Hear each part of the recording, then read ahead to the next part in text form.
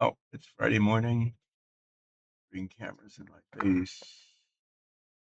Um, and I'm still working on the car, which is not a surprise.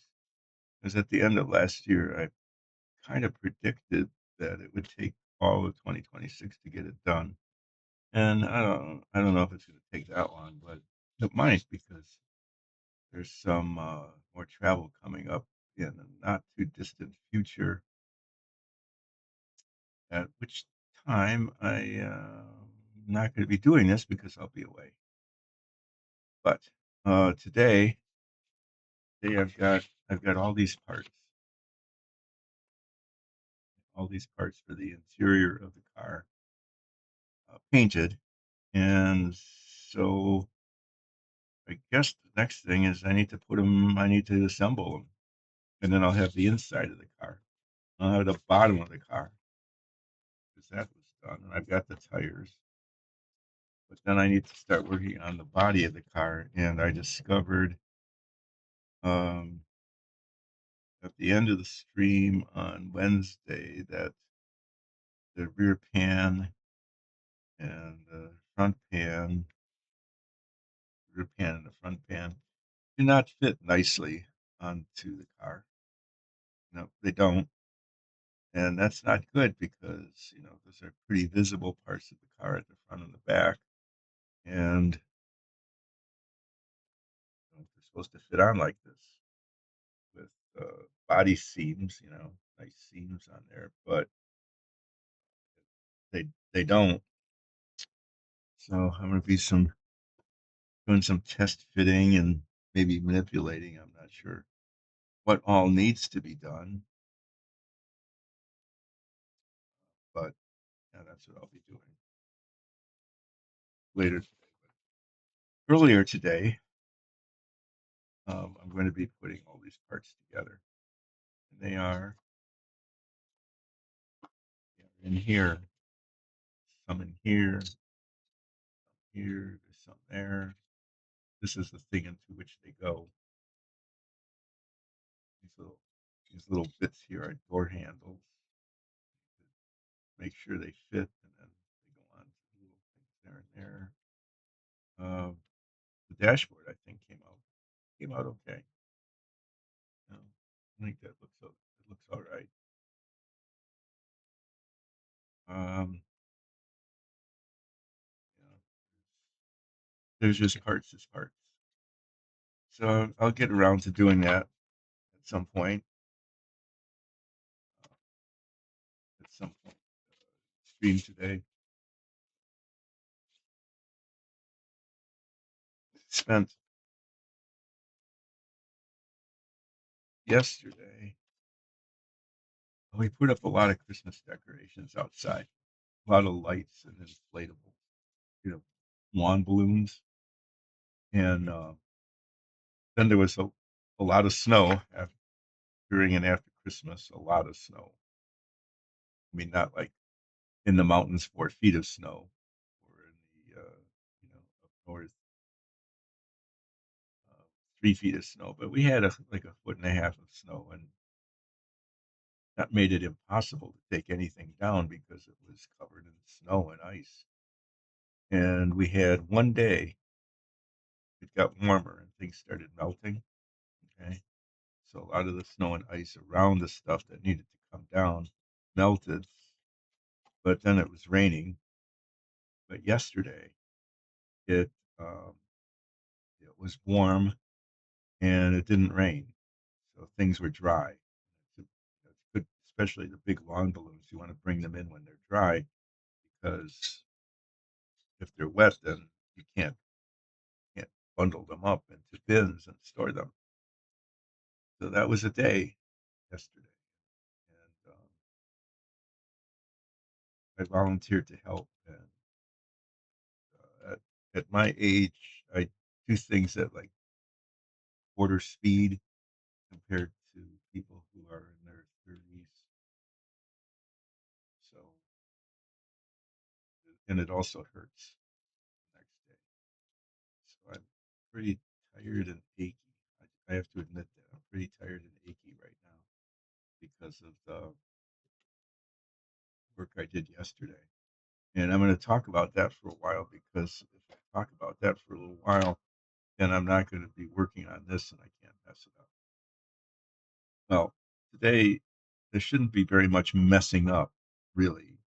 These parts, if these parts fit, and I did test them some time ago, but if they continue to fit, they should go together um, pretty easily. And if I don't break the turn signal lever off of the steering column, that would be good. So, yeah, I guess at some point, I was at 20 after yet. I'm trying to waste. I haven't even wasted 15 minutes. Well, I guess I'm just going to get on with it. What, what else is there to do other than getting it done, right? And if I run out of things to do on the car, because the things that require doing after that are things that require like spray painting primer or something, um, then I can either quit early and take a nap, or I can work on the rat fink, which is sitting there, the thing I started before the end of the year. Um, well, what's for it?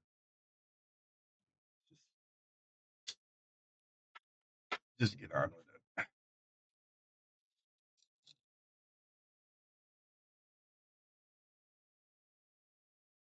This is not a floor mat.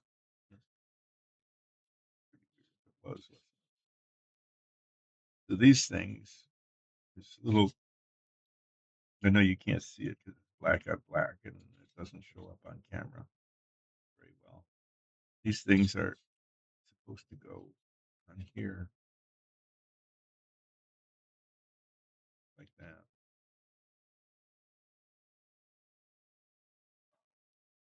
Yeah, except I can't do it because of the way my hands don't work.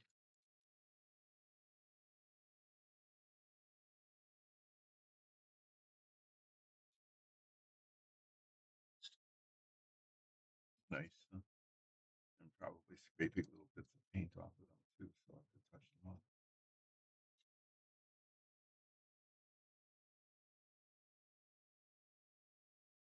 I can't see it. It's all black on black on black.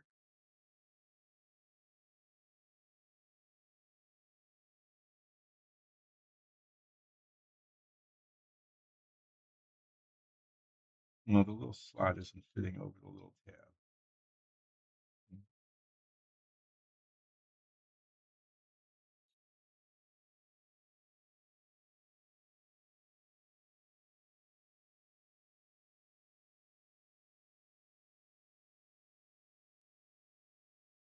Slot in the back there. It's supposed to fit over this tab so that they fit nicely onto the door panel side.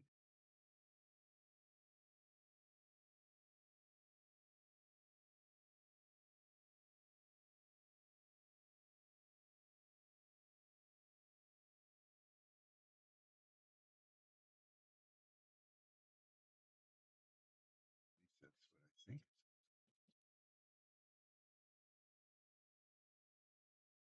Just fit on top of it.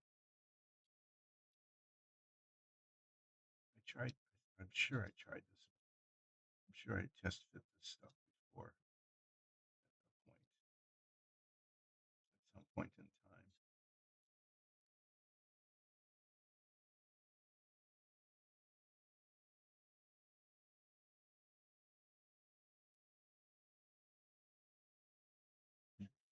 Okay, well, I was afraid about how much time this was going to take, but I obviously didn't count on how much fumbling around it was going to be.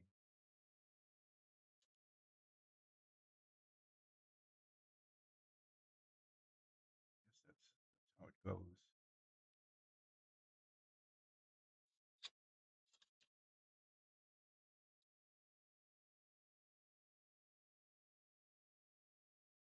Okay, well, what this takes is uh,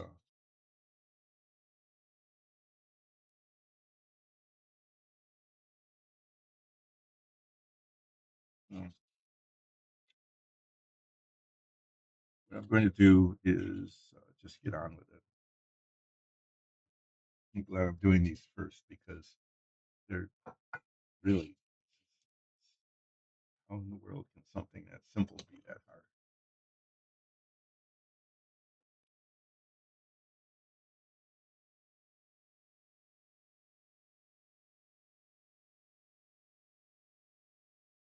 Try it with the tweezers. If I scar up the paint, which is possible, I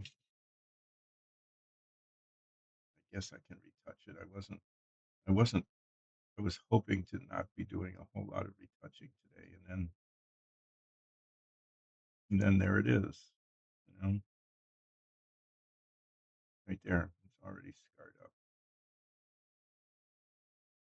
Okay, well, after I get these attached, if I can ever do it, I will be touching them up with paint because I made a mess of it already.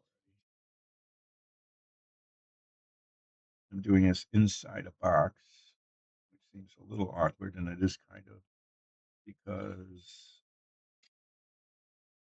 if I lose this on the tweezers, it's going to go flying, and I don't want it to be on the floor because there's a black floor mat on the floor, and then it would disappear.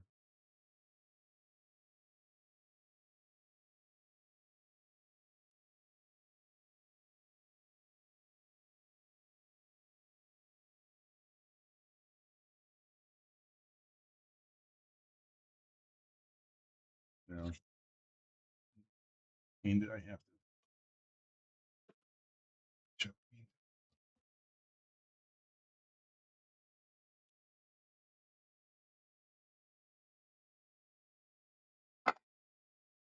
Yeah, I'm using contact cement because it adheres to painted surfaces, and the model cement doesn't. And you don't want to be getting model cement dissolving the paint. I mean, this will dissolve the paint too, but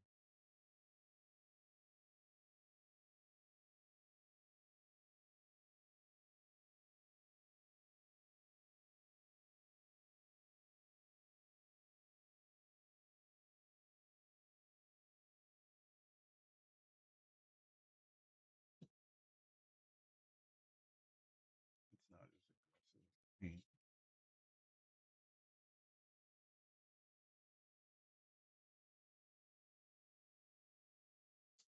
No, maybe this will stick, maybe it won't. Maybe it'll stick where it's supposed to stick. I do not know. I'm going to recap this because the kind of thing I could knock over, and boy, that would be a thing. I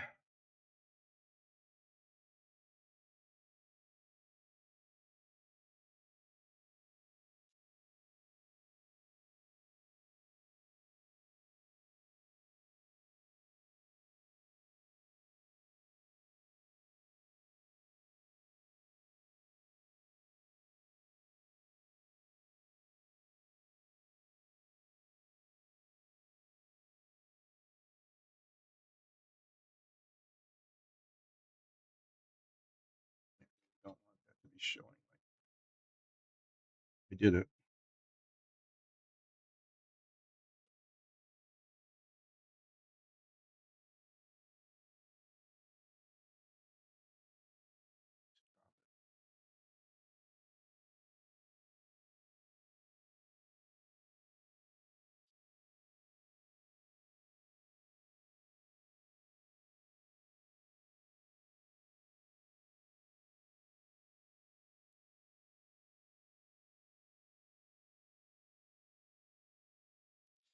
No,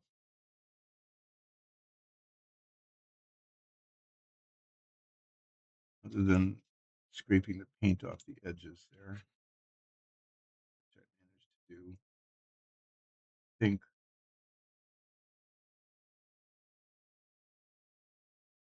it's not falling off. That's the that's the thing. That's the important thing is that it's not falling off.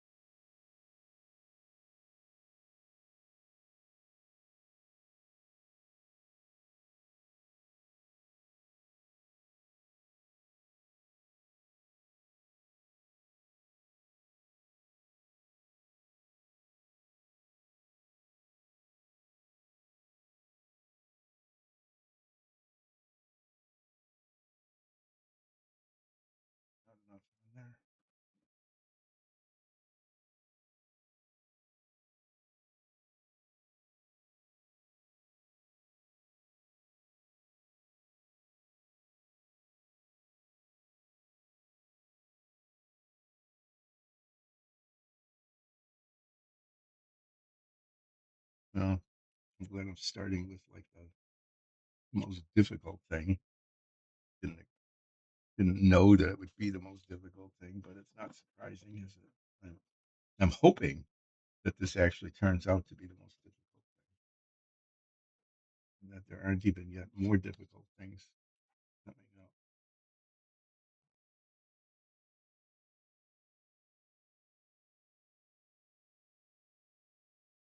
Okay. Now those need black paint touch up. I'll let this set for a bit here.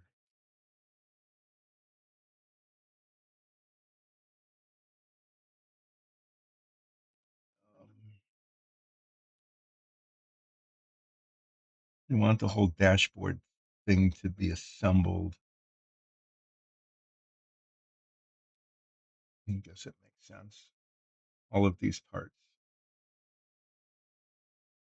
So I'm going to set this aside for just a bit and find out if these parts actually fit.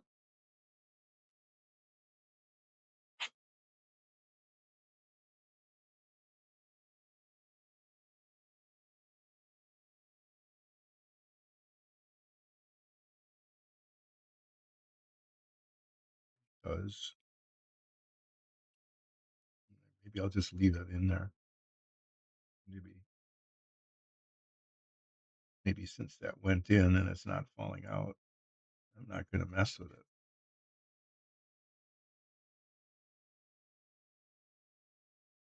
Okay. This bit has two parts that need to fit onto things. This needs to go on here. Okay, well that does. And this needs to go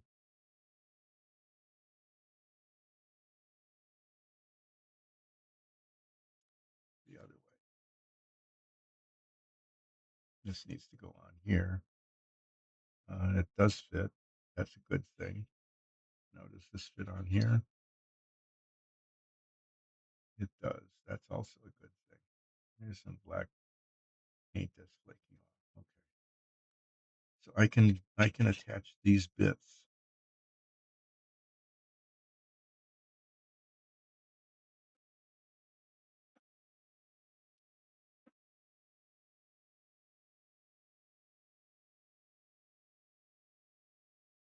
Generally, this is not a pro modeler tip by any means. I attempt I usually attempt to put the cement on the insides of these things before pushing them on. And the idea is that when I push it on, the cement will stay on the inside and not ooze out. If I put it on the prong part, the part that sticks out, then there's a chance that it could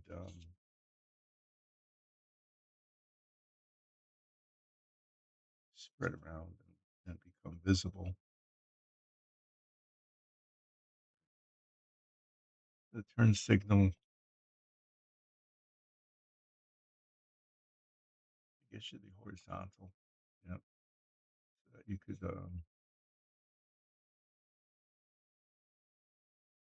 up for right, down for left. I'm going to let this set for a bit.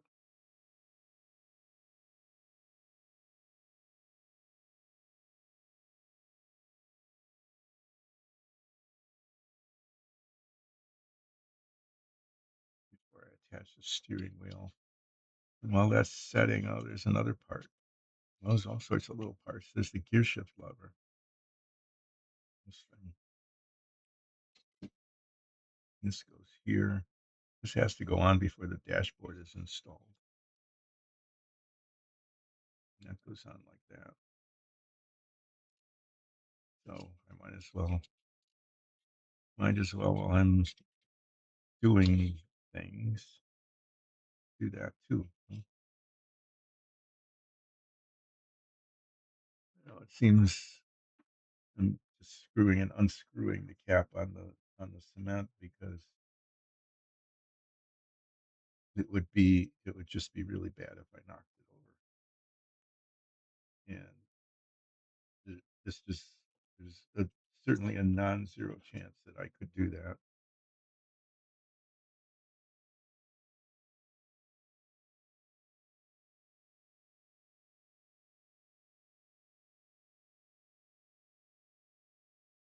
Non-zero chance means that it could happen.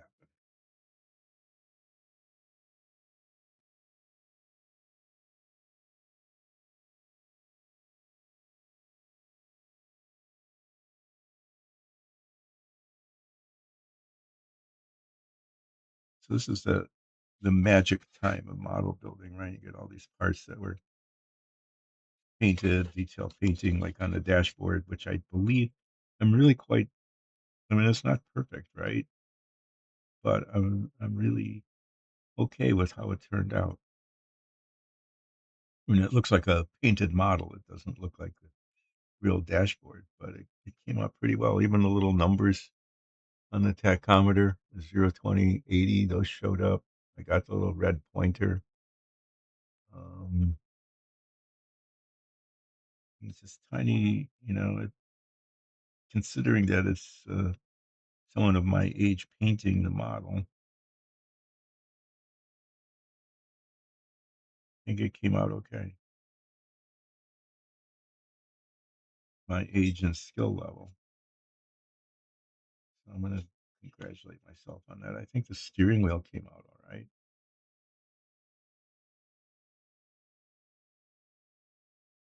It looks better than it did before it was painted. Okay, what I'm going to do before I do this is I need to touch up the door handles on the corners, and I'm going to. There's just dust everywhere.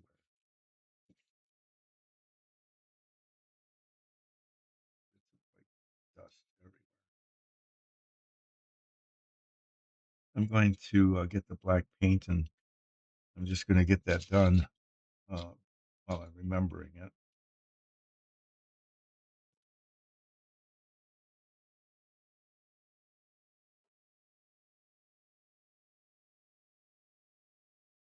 I'm also cluttering my work surface in a major way. What's going on with this?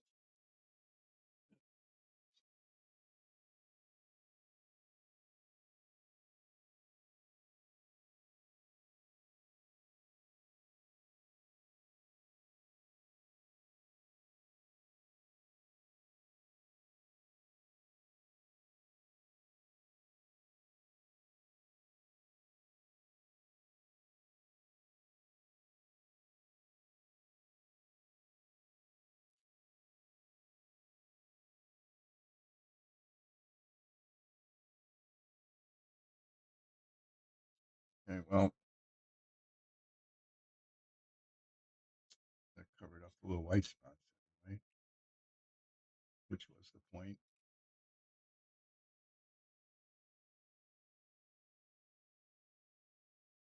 Okay, well, there was that.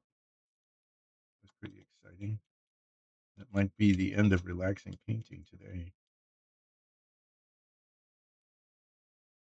Now I've got a cap that isn't going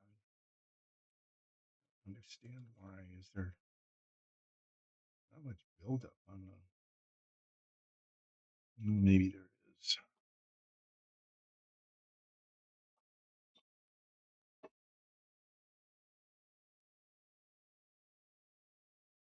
There's buildup on the threads of the bottle, but I was going to clean that off, but then I just thought, no, don't do it. That this is the kind of day when I would be scraping that off, and the bottle would slip out of my hands, and I have 2 ounces of black paint everywhere that would have to be cleaned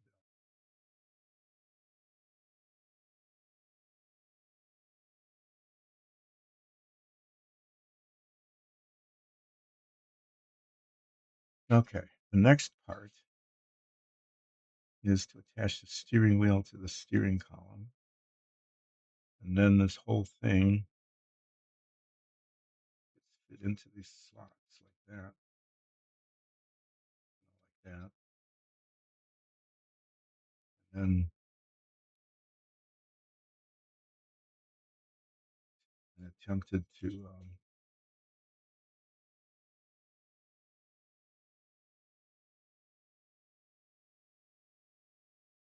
I actually kind of tempted to put that on first and then attach the steering wheel.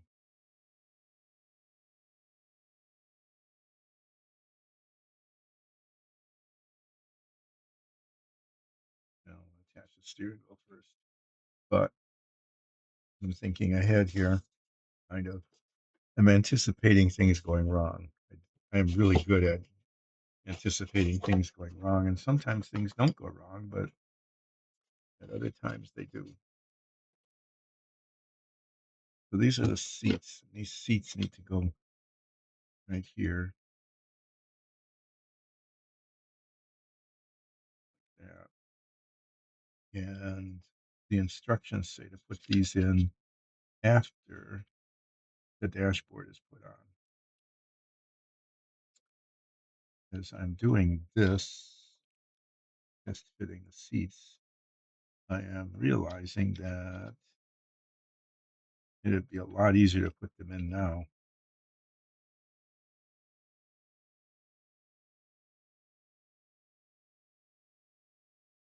Okay. I could do something like this, use both hands. Great. Okay. Well,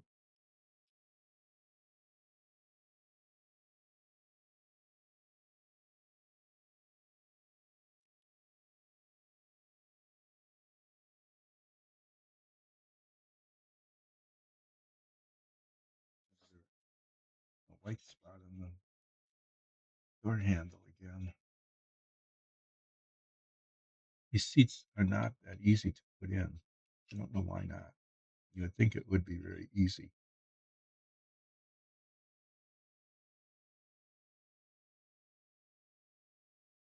It's not.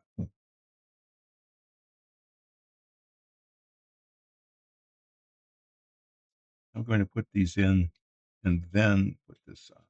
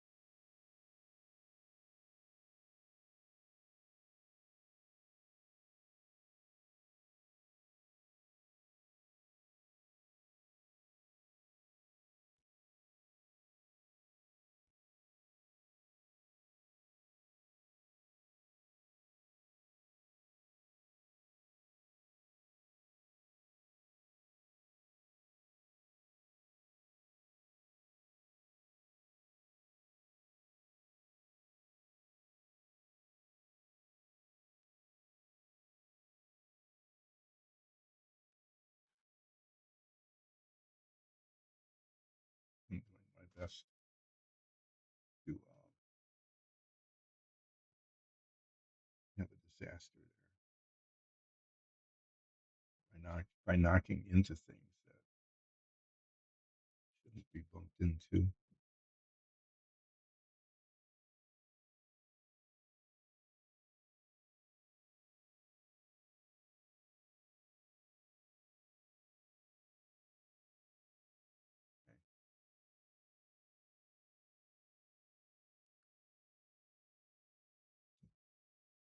But these seats are not symmetric. Okay. So it's important that I get them on the right side. If you look on the inside of pictures of the inside of the car, you can see that this big chrome thing here on the outside along the door. Okay. Then there's nothing on the other side. So this chrome piece here goes on the outside.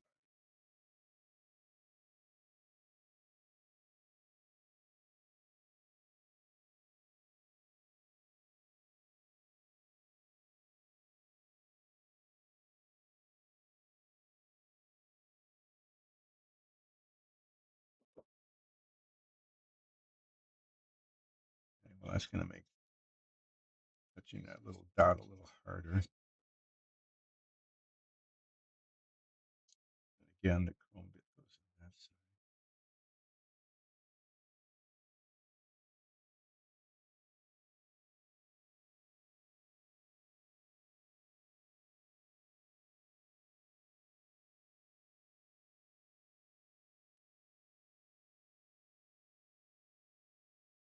I need to get a bit of black paint out again. I thought this is always something.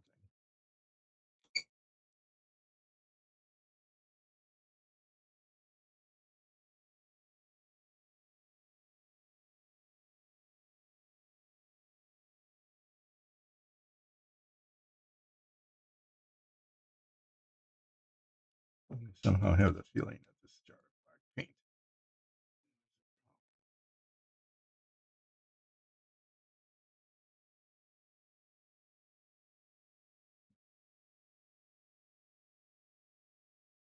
Okay. Well, it looks more like a car with the seats in it, doesn't it?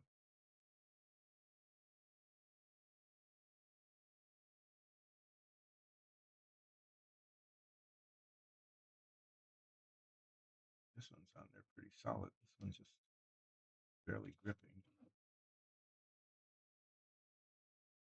Okay.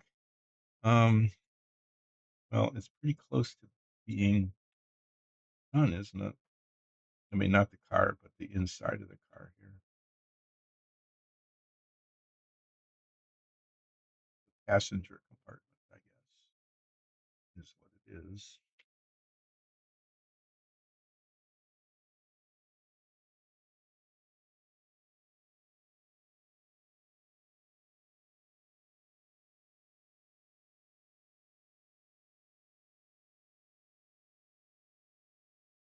I need to attach the steering wheel, steering column.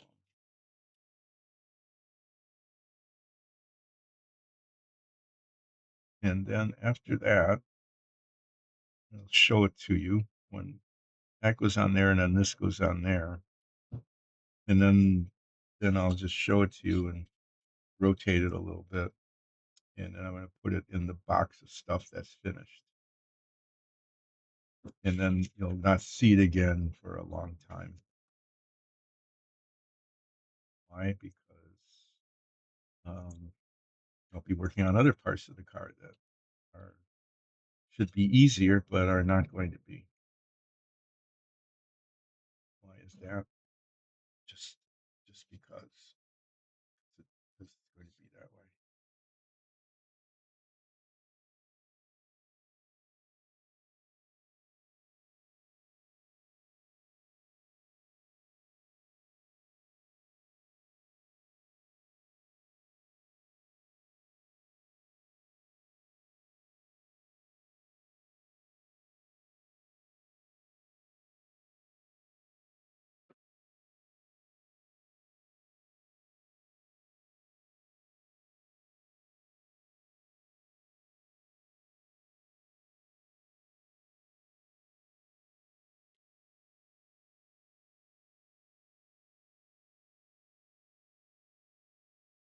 Here, there's the dashboard of the car, the tachometer, oil pressure gauge, steering wheel, and the radio, the radio, and the odometer and speedometer.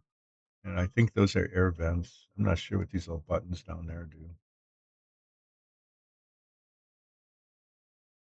Let this set. I want to let this set and rest.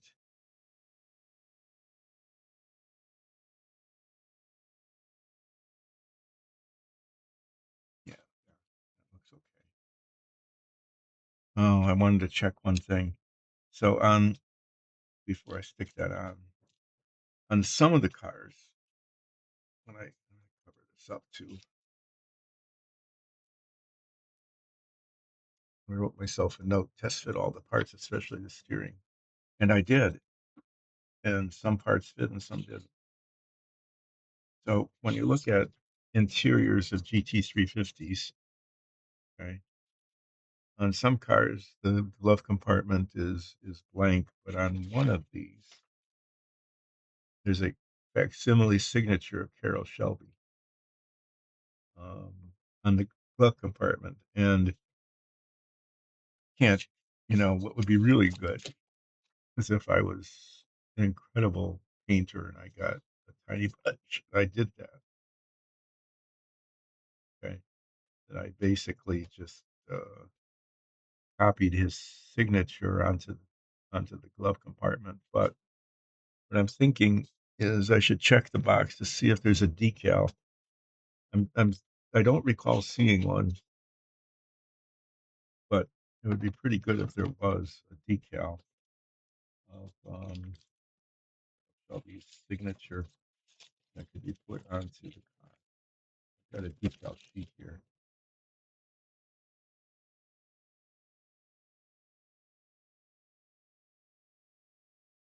I don't know what that is. So there's license plates. These are the blue stripes. If you do white car with the blue stripes, is that it there? I don't know what that is. I'm gonna look through the instructions for CC and DD, A, B, C, and D, and find out where those decals are supposed to go. And then I need to do some. I need to clean this up here. Where'd the instructions go? Huge instruction sheet. How could I not? Oh, I buried it. Great.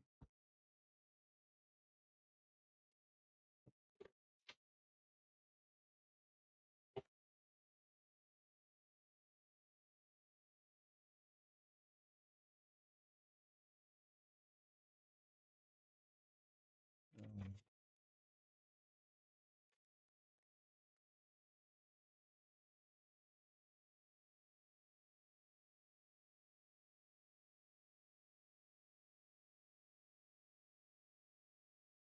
E, C.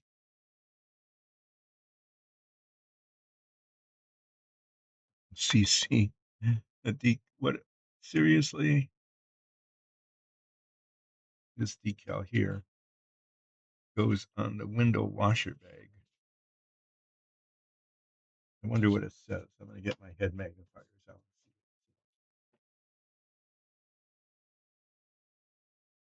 Of all things, I would not have thought that you'd have to have a decal on the front of the window washer bag.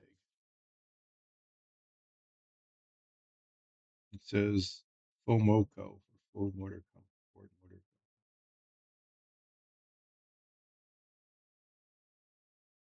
CC go. AA is the front license plate. A.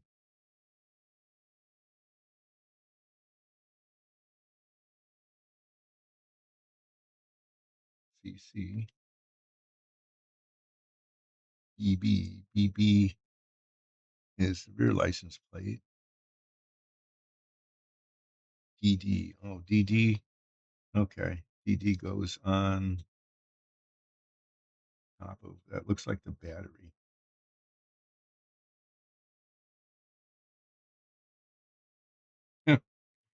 That's pretty funny. It's the manufacturer of the battery. Okay, but there's no facsimile signature. There's no facsimile Carol Shelby signature decal for the glove compartment door. So there just isn't going to be one.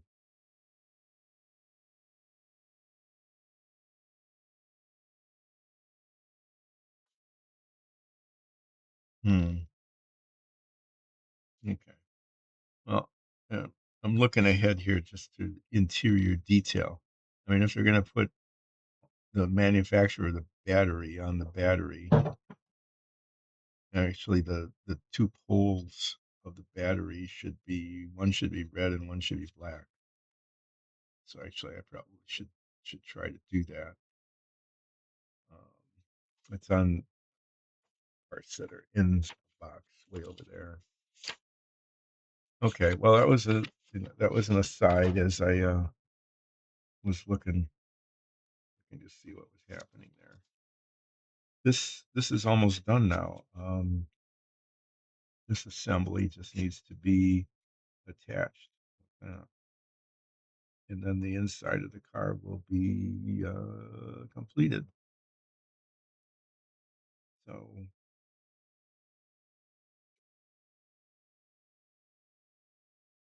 put a little bit of that contact cement on the thing here and the thing here, and then stick that on. And if it sticks, then it will be done.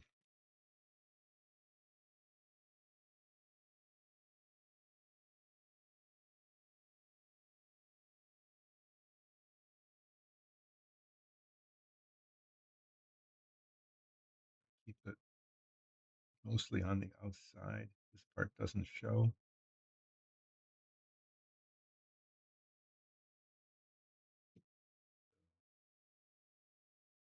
For some reason, it makes a mess.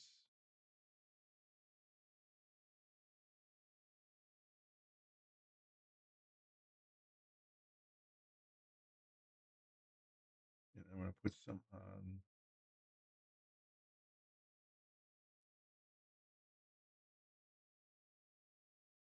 little tabs.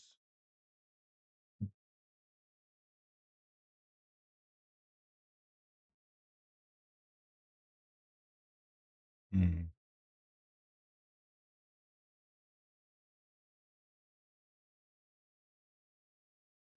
Do that. Spot there. Paint is off again. And it's going to be invisible. I'm pretty sure, but I can't be 100% sure. I can just be pretty sure.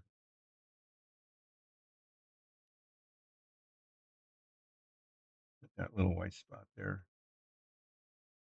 isn't going to show, but I can't be 100% sure. So there, you're saying, well, the cement is sitting there on the plastic. That's going to be a problem. But no, this is contact cement. And according to the instructions, that could sit there for hours, 2 hours, and still work.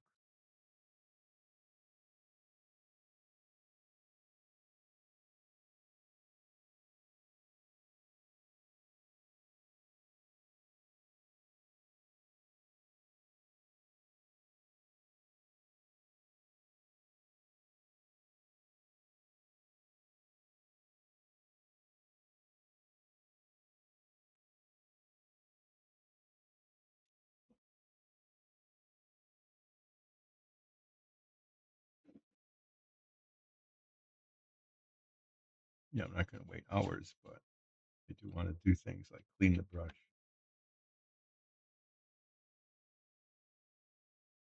mostly. Okay. Um,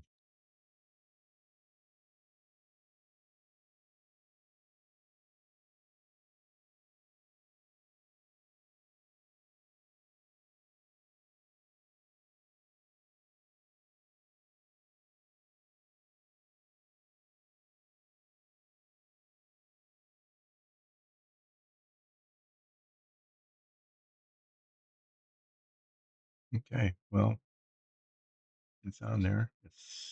Yeah, the contact cement did its job. It grabbed on contact.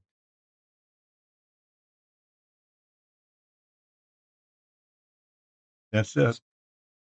That's uh, that's the passenger compartment of the GT350, and it came out adequate. I think it came out okay. Certainly better than it was that this whole thing here was chromed before, that part of the dashboard, which was terrible. Um, so instead of, I just got rid of all the chrome plating and uh, painted it with silver paint, which is not exactly like chrome plating, but it's shiny and silvery, and it looks, you know, sort of chromic.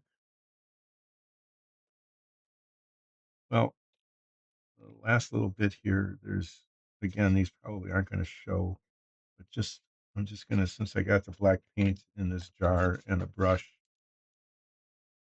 I'm going to put tiny bits of black paint on the outside here, where those parts came together.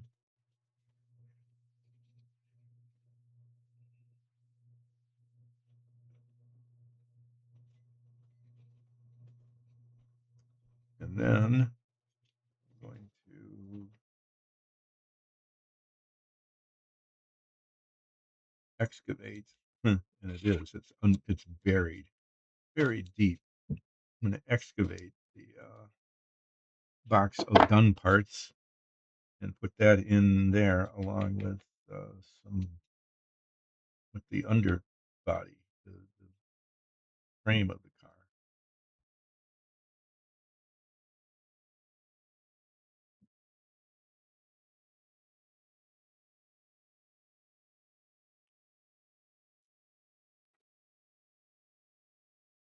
So these 3 and 4 are done. 5 is not happening until the body is painted, which is going to be sometime in the future. 6, 7, 8, 9, 10, 11, 12 are done. 14's done. 13 isn't done until these parts come together. And these parts don't come together until after that part is done, which is step 5, which isn't going to happen until the body is painted. Okay. 15 and 16 are just attaching the wheels to the car. So what I'm dealing with now is dealing with the body of the car. And I want to paint it blue with a white stripe. And so I'm not going to attach any of the stuff to the outside of the car, like they suggest, until that painting is done. But I've got uh, the, the rear pan and the front pan and the hood that need to be attached to the body so that they can be painted all together, and then so that the stripe is right. Okay. Um, and I pulled these out on Wednesday, the 2 pans, the front and the rear pan, and I actually pulled out the hood as well, and none of it fit. It was just a really terrible fit. So that's going to be a challenge. But what I'm going to do is straighten my back here a little bit, and that, and I need to talk about something, some miscellaneous random topic while here, let me just show you this. This is what not to do when you're doing a model is, see, it's a box on top of a box. Stuff I want to put this in this box underneath. That's on top and that's on top, and that is a jumble, just a big jumble. Um, that just got laid over there. That's out of the way. Those are paints that should have been put away. I was mostly using those for the rat pink model, and they just stayed out. I don't know why. Um, this is what I've been working on, and my workspace got this small out of the whole workbench. And so I what I have to try to do here is some cleaning up.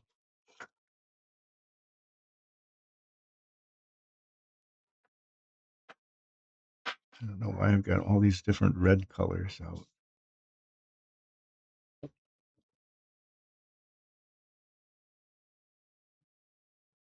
I'm not sure what I was doing with those.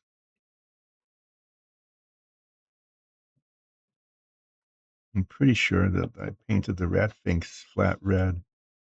Rat Finks shirt. Okay. Well,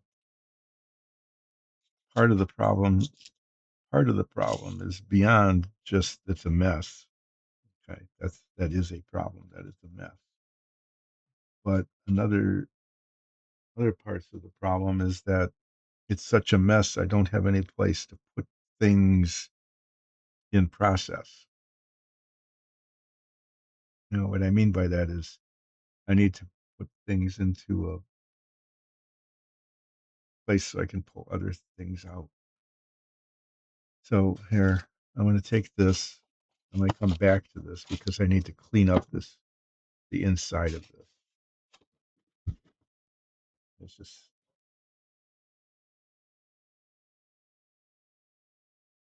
the decal sheet still in here. Yeah, okay.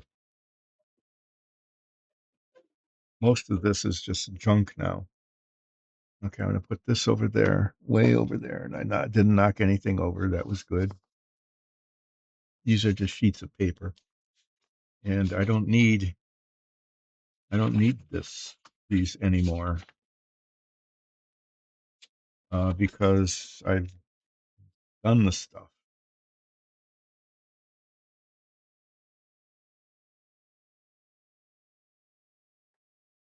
Oh, the only one I could use is this one that shows the inside of the louvers. These things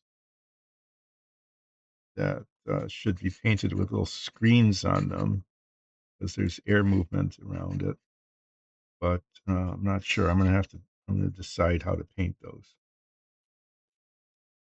But all the rest of this is stuff I don't need, and I'm gonna get up and put this well out of the way so that it's not in the way.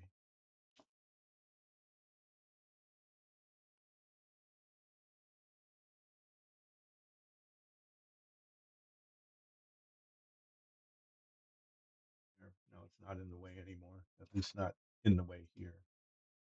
Um, so my excavation has reached the box of done parts. Okay. I have a box that actually says done on it. I wrote done on it so that I would know that it was the parts that were done. I didn't write done on this, but you can see this is the engine that was completed some time ago. That came out okay.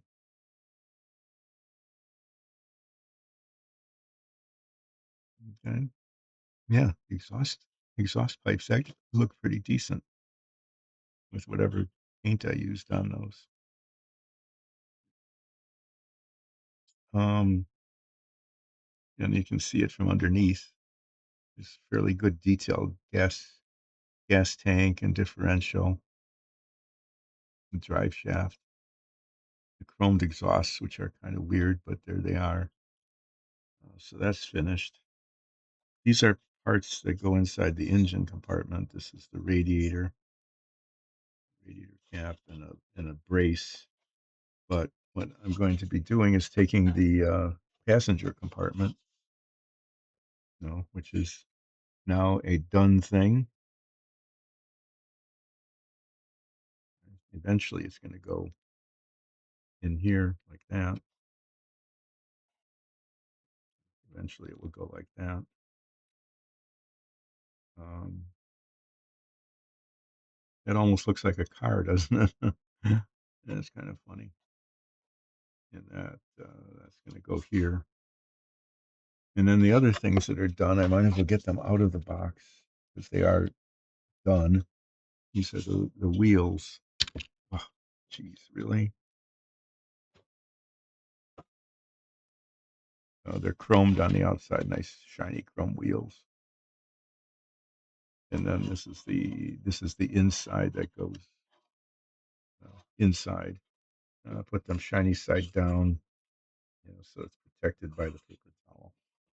So these are the parts that are sub-assemblies that are finished, and just parts that are going to end up being attached at some point. So there's also these are done parts. I could probably put them in here. Well, no. I mean, I've got other little parts that are going to be going in there as well. You keep them. They don't take up a lot of space. So there.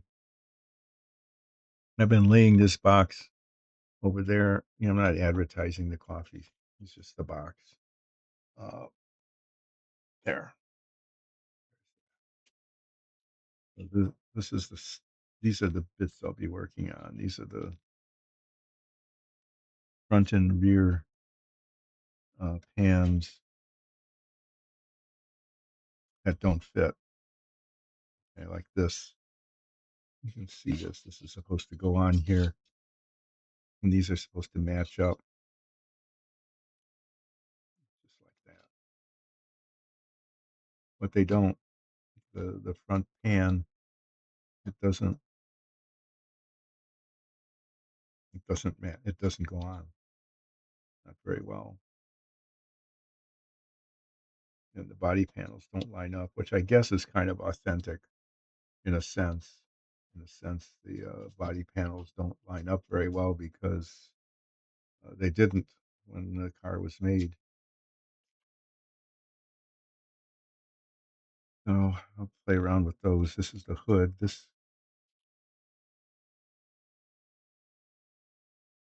little pins that are supposed to go in there. It's supposed to open and close. And these little pins are supposed to slide in there and not break.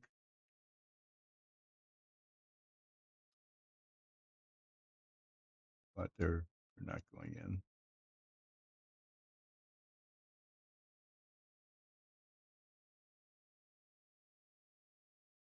And if I force it, then they'll pop off and it'll never work.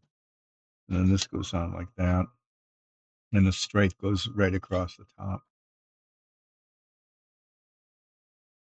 This actually seems to fit okay.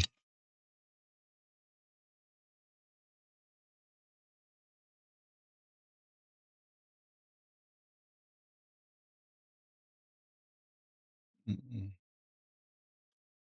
I don't know how that's going to go on later. I mean, it isn't even close to fitting. Can't really rotate it.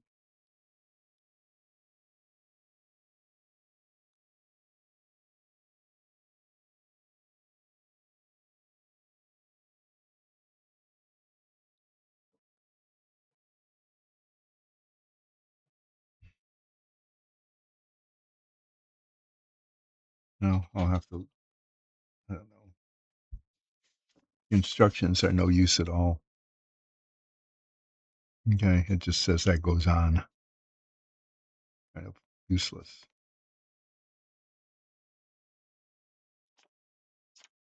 Um, yeah. So there.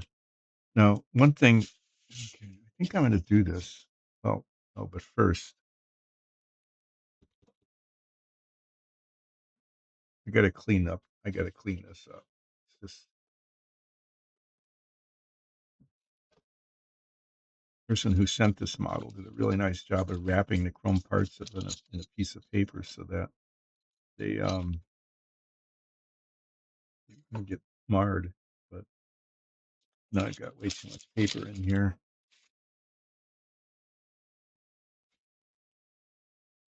There's nothing in it. Oh yeah, those are the clear parts. Those should stay in here. Those will get scratched. Those will be about the last thing that goes on the model. Okay, they'll go on after the body is painted. After the body is painted and a whole bunch of stuff is attached, those will be about the last thing that go in.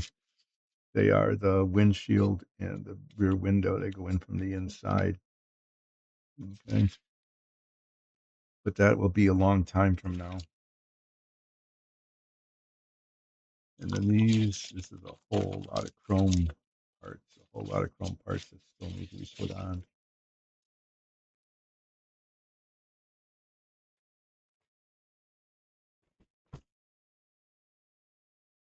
trying to hold on to this, but the ones I want to work on are the tail lights.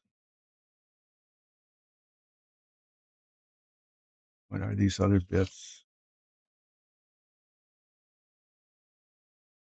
24 and 38. I'm muttering to myself. I need to figure out where these parts go.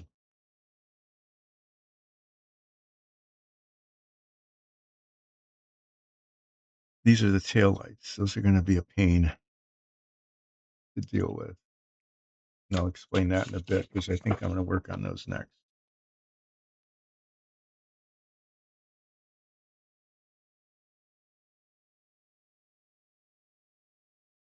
Okay, the gas cap is 53.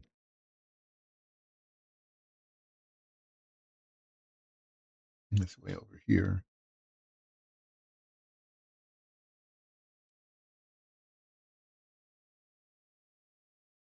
Yeah, I'm gonna be complaining about the tail lights a lot, so you just look forward to that.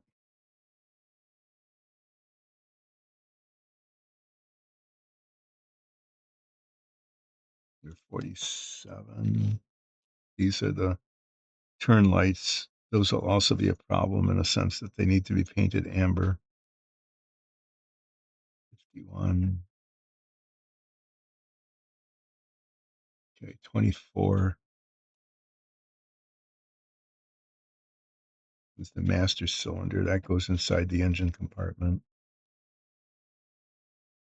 Backup lights, those are these, okay.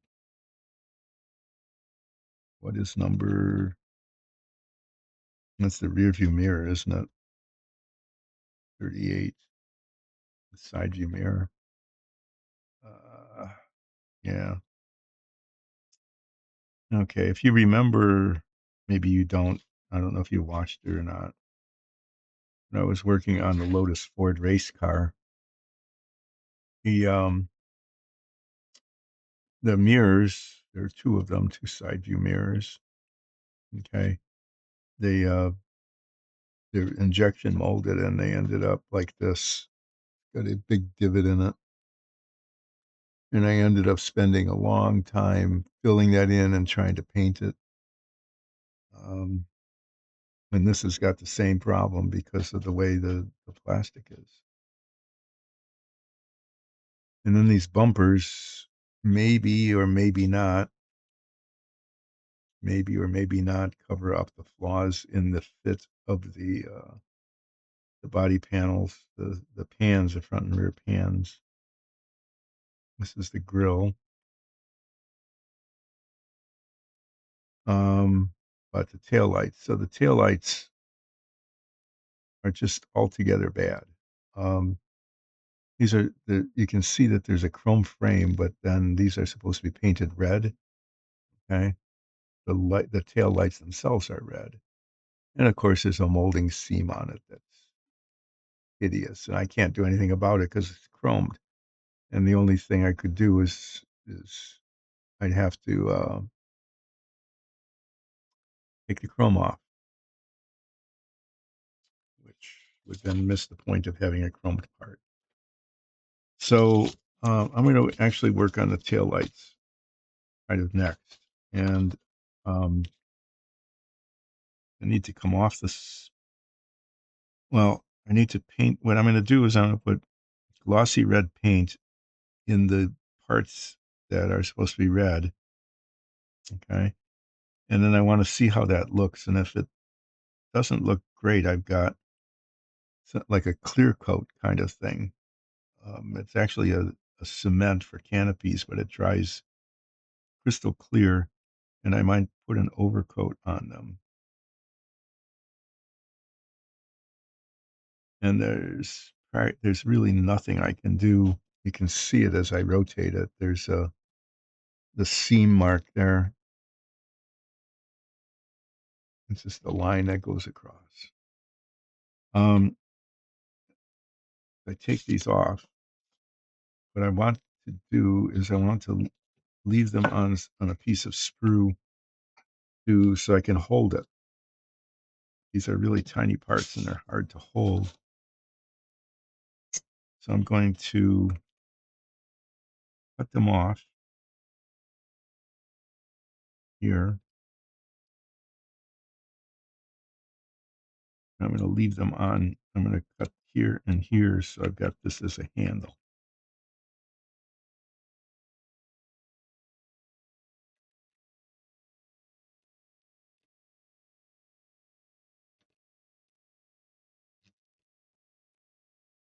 And I'm going to worry about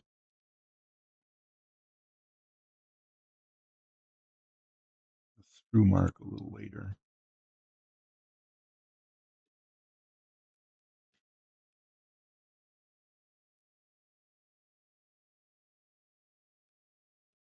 So this is like a lot of these models.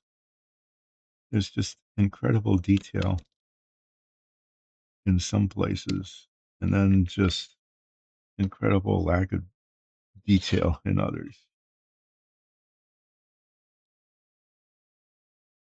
And these taillights are an example of that. They're badly molded, and there should be what there should have been is they should have molded just the frames and left the part where the light is. Okay, the red part they should have left that open, and there should have been a red plastic, transparent red plastic um,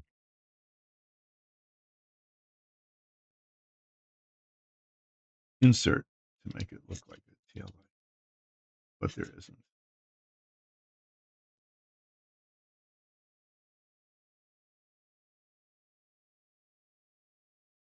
I hope this works.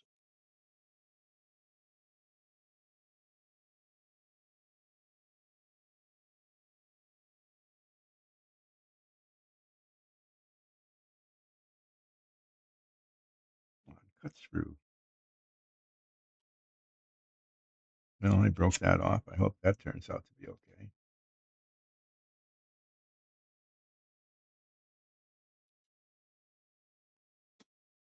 This little saw is pretty good, except that the I don't know, it's called kerf, I think. The teeth are supposed to be bent out a little bit on either end so that the saw doesn't bind in the stuff that you're cutting. But this doesn't have that.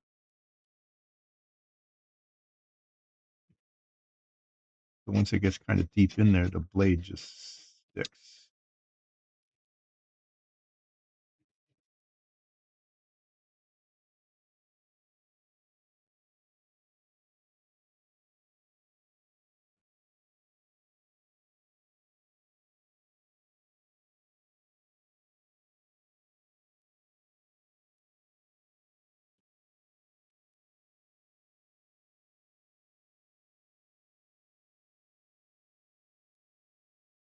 Yeah, there. I could break that off because it's not. I guess that's okay. I don't want to lose those parts.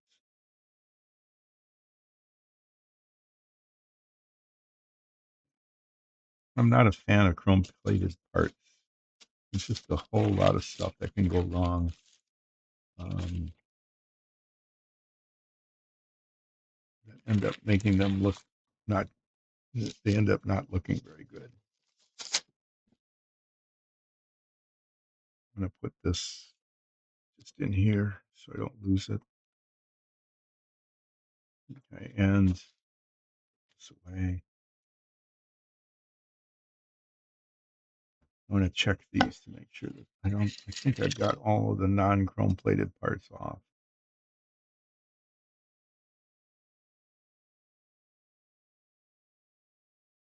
Probably, I don't know what I should do with this. I should stick them somewhere. I don't know what that is. A number on it. It's just the number tag. I'm gonna put these in a place out of the way. Sometimes I like to hold on to this stuff. Um, I've been able to use it to fabricate parts Like here, see this cylinder? It isn't anything, okay? I don't know why it's there. It was just something that came out of the mold. Um, but I can imagine that at some point I could really use that. Okay, I could cut it off and shape it and use it on something. And this flat panel here too. Sometimes you just need a flat piece of plastic to fill in or make a tag or um, fabricate a part. Even this stuff, this really thin stuff, the flashing. So I usually hang on to this stuff because sometimes the extra plastic can be useful if a part needs to be repaired or fabricated. There's that. Go in there. The box. I don't need anything out of here at the moment. I can cover this and set this aside.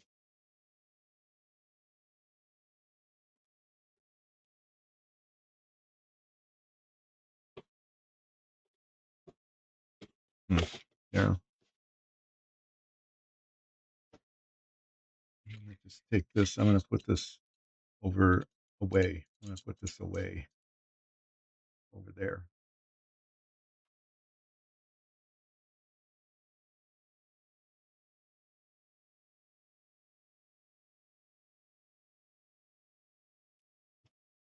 Okay.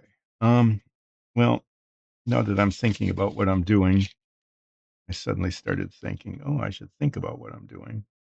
I'm not going to work on these right away because in order to make progress on this, these things need to be attached. Okay, they just do. The rest of these are just kind of like ornamental, I call them. There's the battery. There's the poles on the battery. One should be red, one should be black. These little caps, the battery caps, probably should be painted a different color, like a gloss or something, so that they show up. So at some point, I'm going to do some battery painting detail. Wonder which one is the negative and which the positive. Okay, I'm going to paint. I'm going to make that one red. But first, I need to find out what's it going to take to get these. There's not much I can do about this. You know, they just need to be attached. Um, and I guess, you know, that's as good as that's going to get.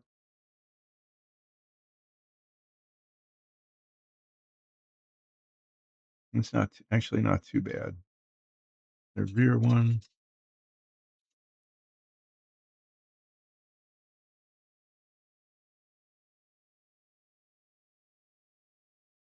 not really sure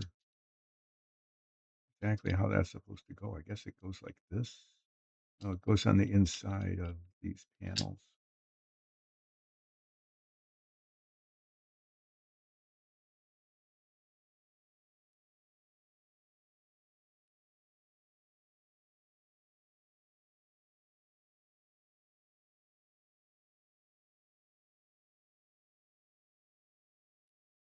Hmm,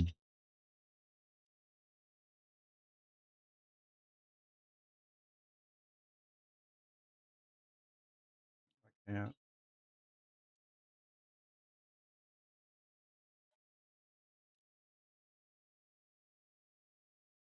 How it seems to go.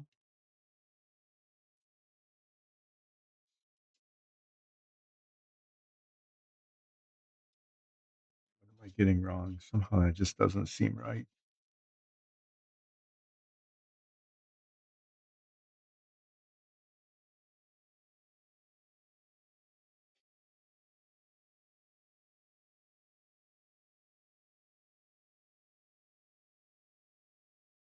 Oh, it cups around the. Oh, it goes. It cups around the outside of them. Okay.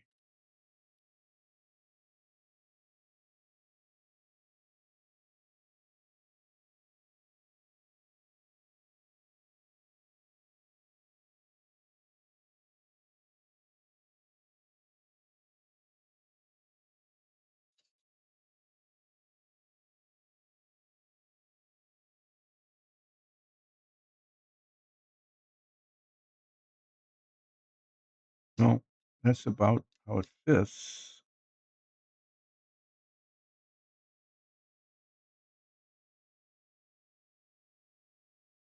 I guess the bumper goes in there. This is okay. Well, those are gonna fit as well as they're gonna fit, and that's it. So I guess I can go ahead and prime those, and um, the insides are gonna be painted black and the outside body color. So these are as good as they're gonna get. It's just the way it is. And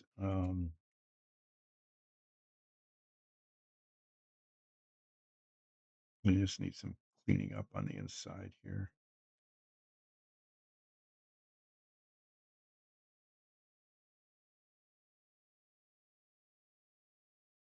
This hole isn't.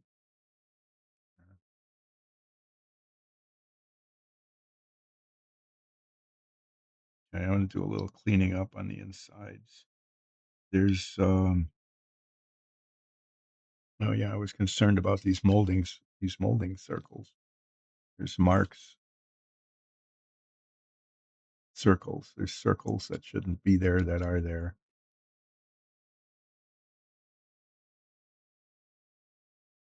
If you look inside,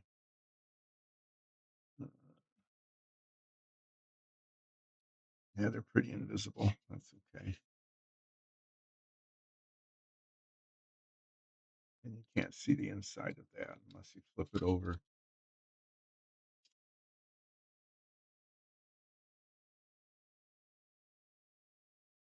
I'm going to take that out. I'm going to sand that off. And then the inside of I don't need to worry about that yet.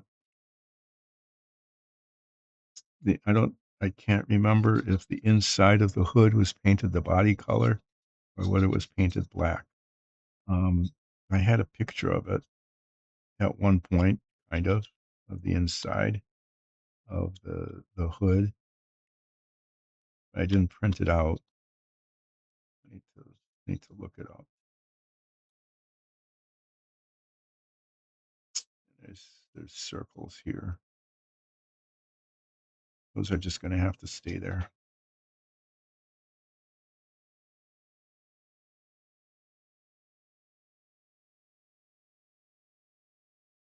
Okay. Well, what I'm going to do just a little bit of sanding. So what I was talking to myself about and why I'm doing this is that I can't really make progress. I can't really make progress on this um, until those are attached. And at some point, they need to be attached. And then this needs to be prepped for painting. I'm kind of nervous about that,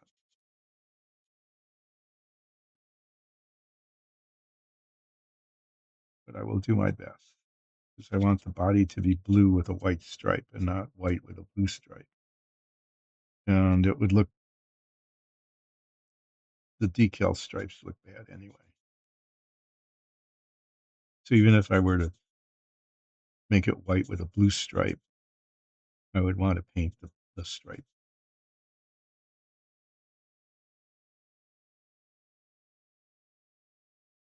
But there's a bunch of decisions that need to be made yet that I haven't made yet because I'm not quite sure what I want to do in terms of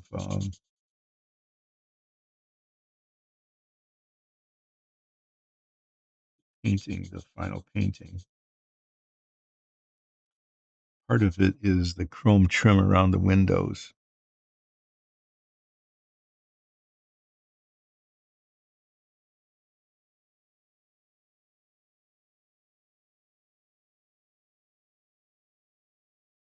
Um, I could paint the body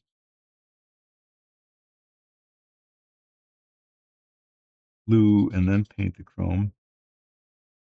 And if I got the chrome on the body, and touching up would be really difficult. I could attempt to paint the chrome trim and then mask it and then paint it, but there are all sorts of roundy bits that don't mask very well. Okay, masking around rounded corners is hard. So I think I can't let it go without doing that. And the chrome parts have to be painted silver. There is no choice about that. Um, so I think the only the only way I can do it is to just pull off a miracle and get them painted after I paint the body. There is that. Okay. I'm gonna just get these ready to be primed.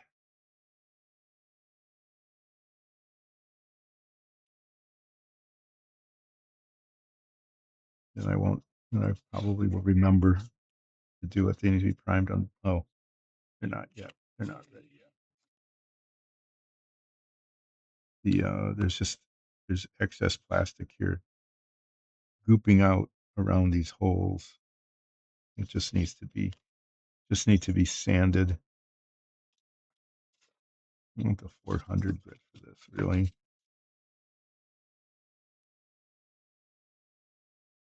Not the 325. Not the 1000. Not the 1000. Where's the 400? There.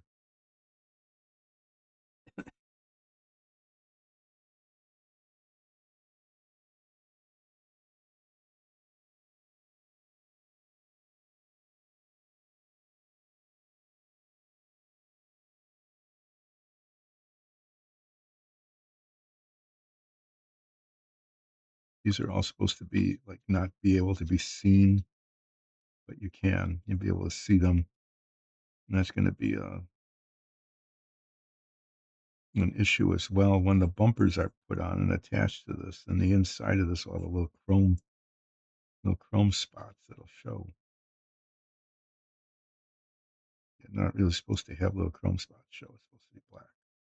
So if I can reach it, if they show and I can reach it, I'm going to just put little spots of black paint on them to cover them up. I don't know if either of those, both of those need to be true. I need to be able to, you need to be able to see it. Otherwise, I don't need to bother. And I need to be able to reach it with a brush. Otherwise, well, if I can't reach it with a brush, I can't put paint on it. There's, there's the reality of reality.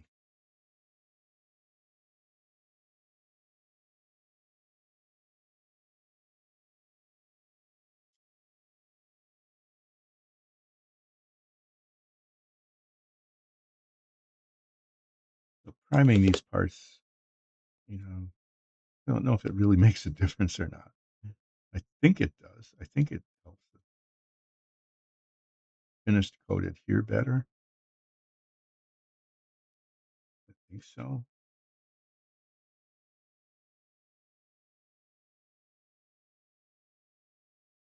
Either that or I'm just wasting time and paint doing it. But you know, all the books say, and all the you're supposed to prime it. You're just supposed to do it. These need to be primed on both the front and the back. Um, because they're both going to be painted. The insides of the panel of the hands will get painted black. I'm just going to hand brush that. And the outsides will be painted the body color. And the hood, the outside will be painted the body color with the stripe running down it. You know, nice stripe right down the either side.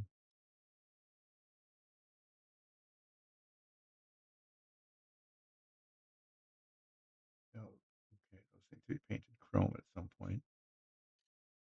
There's a the hood is held down by little wires that go through there, and I pushed it on. It's a racing sort of thing, but it doesn't make much difference on a street car, but it does on a race car. So those are ready for priming.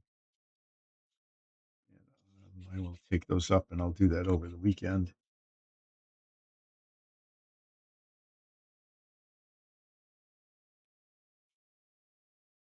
Let's go back to these.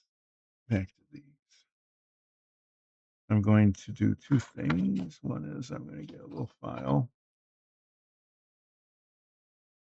and I'm going to just clean off the sprue on the side that where it's cut off.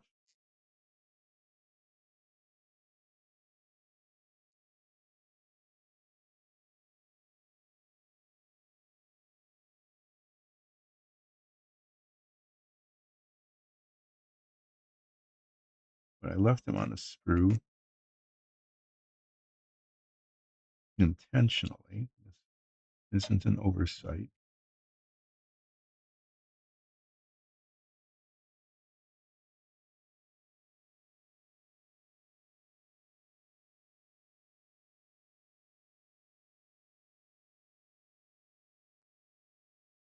So I had a handle.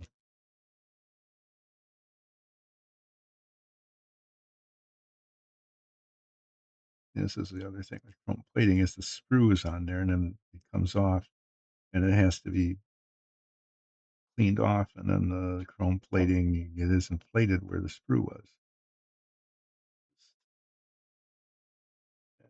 So I'm keeping these on here so that I have a handle. And what is supposed to happen now is that these parts inside here, you can see it. This is the chrome frame. These are supposed to be the lights. Those have to be red. Okay. And of course, the mold seam, you can see the seam very seriously there. So I'm going to attempt to fill the space inside the frame with gloss red paint. The paint does not adhere to the chrome plating very well, so I'm not going to be brushing it on so much as puddling it in, I guess is the way to put it. Just trying to fill it in and see how it goes. I don't see any other way to do it. I mean, if I were incredibly skilled, I could probably scrape the chrome plating off of just the inside without affecting it anywhere else. And then the paint would adhere better. But I do not have that level of eye-hand coordination. I'm looking for my coffee mug, which I looked at.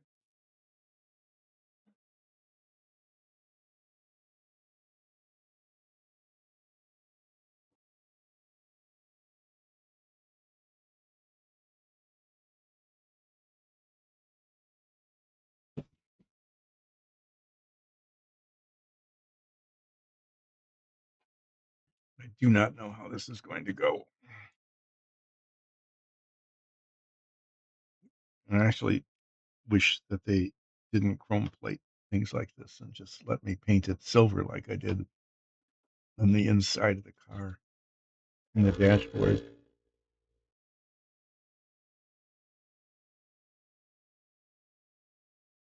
Actually, what I wish is that they had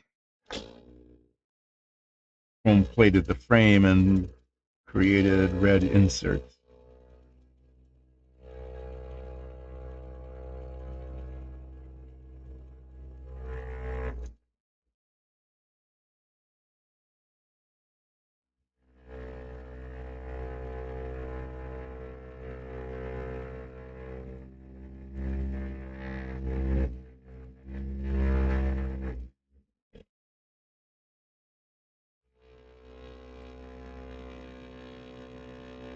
No, again, I really don't know how this is going to go. I don't know how well this paint is going to behave.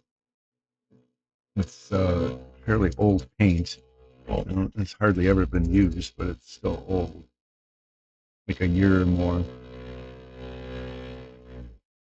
I'm giving a serious stirring here on the shaker, the paint shaker upper.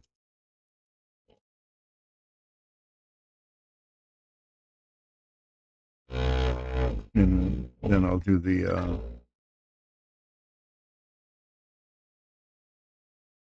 superstitious behavior of handshaking it. Handshaking, no, yeah, like this. I somehow think that that works.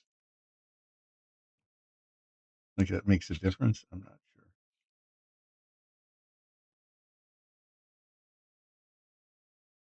Well,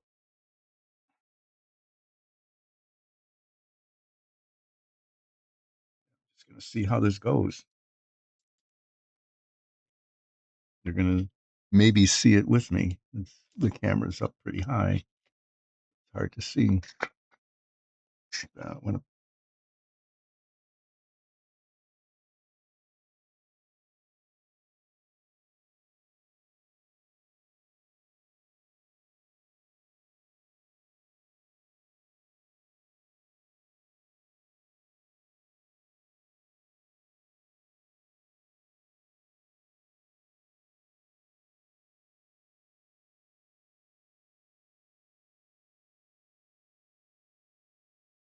hard to focus. Being so shiny.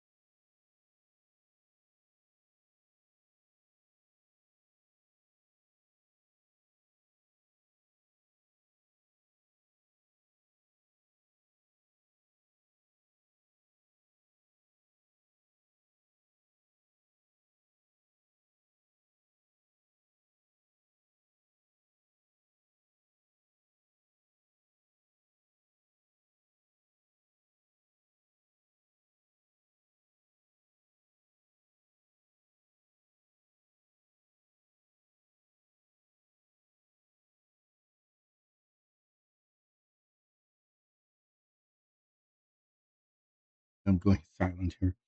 This is this is one of those things where I can't talk and do this at the same time. I apologize. You'll just have to listen to the humming sound of the furnace and humidifier.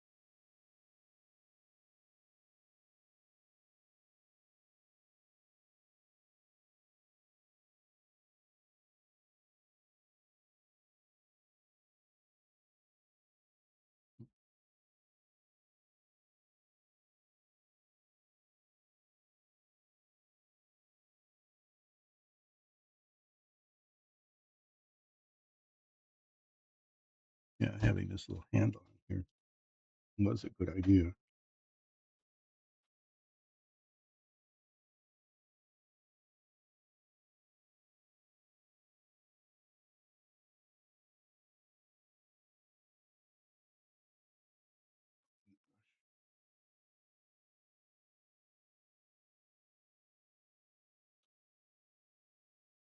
Paint starts to dry on the tip of the brush.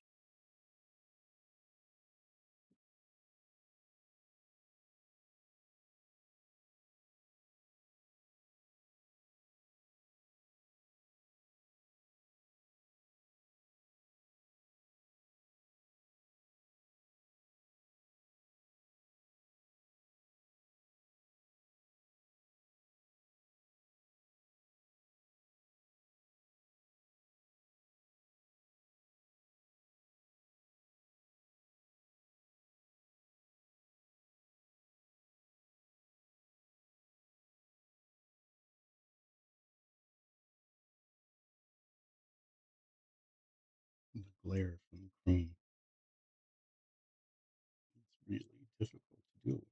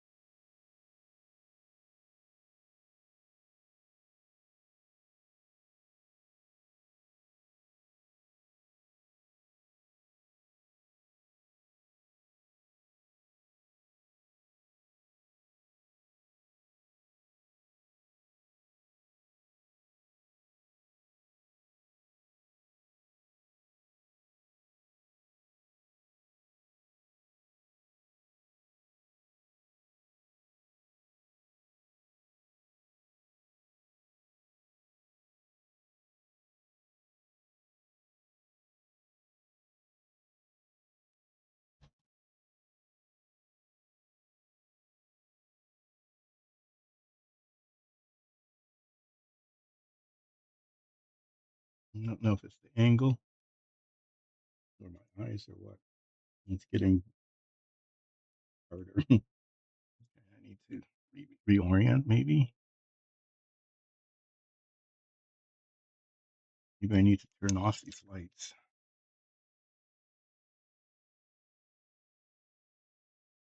Yeah, that actually helps.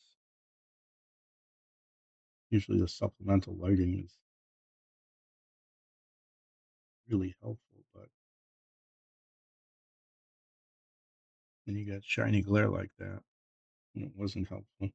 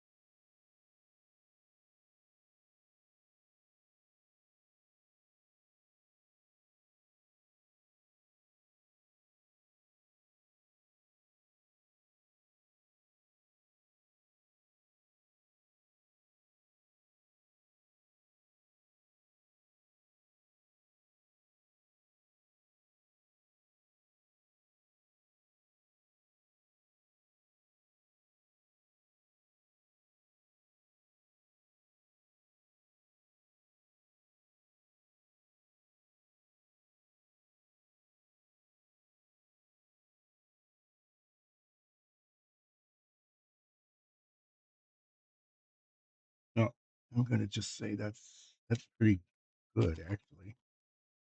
And I'm not sure I need to put a clear coat over it. We'll see when it dries. Okay. See if it stays glossy enough when it dries.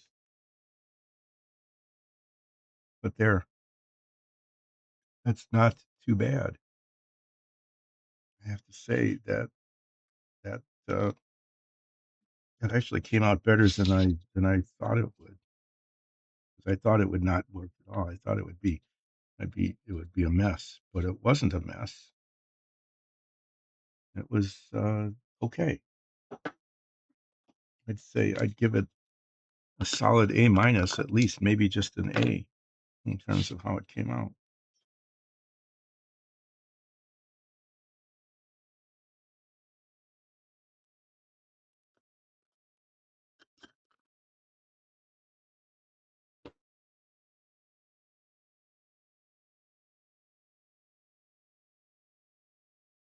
Maybe, huh, okay, there's some other parts,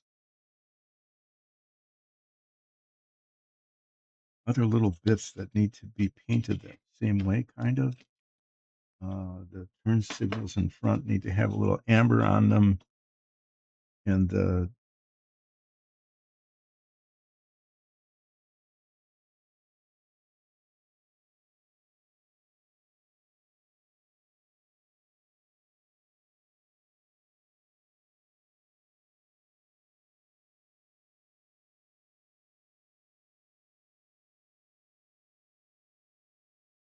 oh yeah, the backup lights need to be white. Um, wonder wonder if I can chance doing that. Let me see what they are. These turn signals are number 47. I put all these parts away, but I guess I can pull them out again.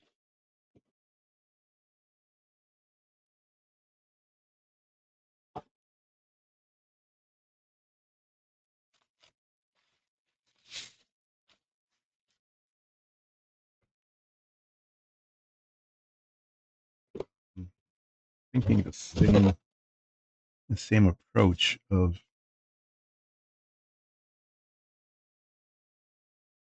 yeah, I'm going to do it that way. 51, the backup lights. 47 are the turn signals. Those are these. 57, 51 is the backup lights. Okay. So these are the same sorts of situations. These need to be painted amber, kind of an orangish color, and these are backup lights. They need to be painted white. So what I'm going to do is the handle bit actually worked pretty well. And besides that, I'll be able to keep the tab with the number on it. Okay. Is I'm going to cut them off and keep a handle.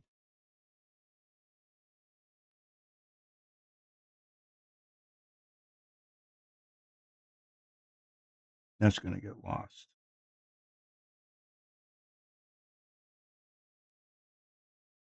I'm going to do some more cutting here.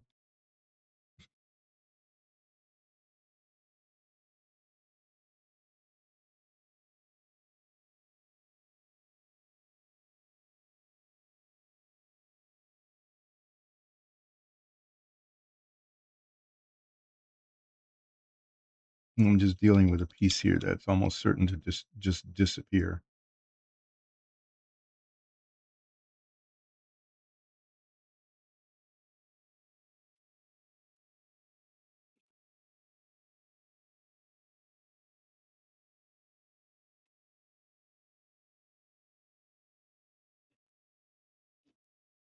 It's like the master cylinder or something. If it's the master cylinder, that has to be important. You wouldn't call it master if it weren't important, right? That's the rear view mirror. That'll be an issue at some point. But I'm cutting this off and keeping it on the sprue so that it doesn't end up getting lost somehow.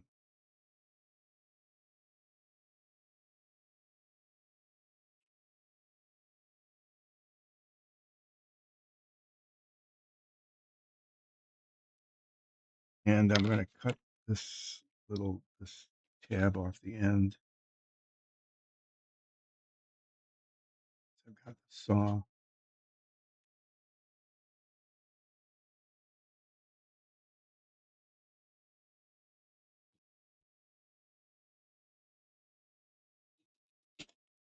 There, and then this is going to go in here. It'll be a thing. Okay, so I'm going to do the backup lights and the turn signals, and just do the same sort of painting thing that was happening here.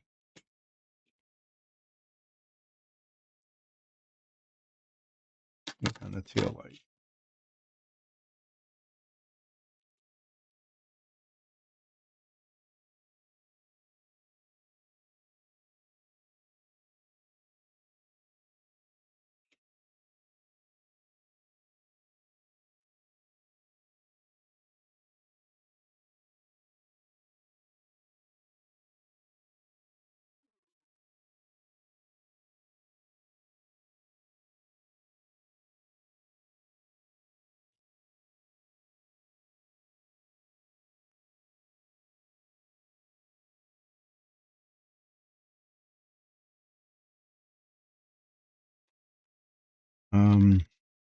Yeah, so the turn signal needs to be painted amber on the inside, and the backup lights need to be painted white because they were, white. So that's what I'm going to do. And I'm keeping them on this. So I've got a handle to hold them because they're really tiny parts. And there's a number on there so that I will not get them confused with each other because they look pretty similar.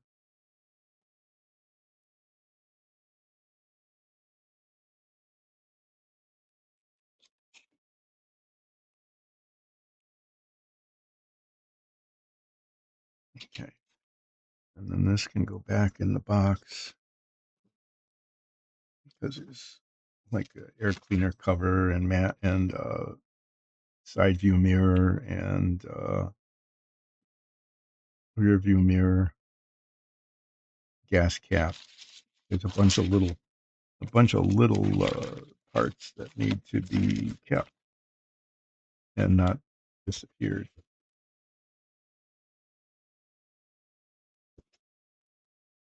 Okay, I'm going to be figuring out which is which. Okay. The turn signal is 47, which is not this one. This is the turn signal. This is 47. And those roundy bits on the front need to be painted D, which according to the paint chart is amber.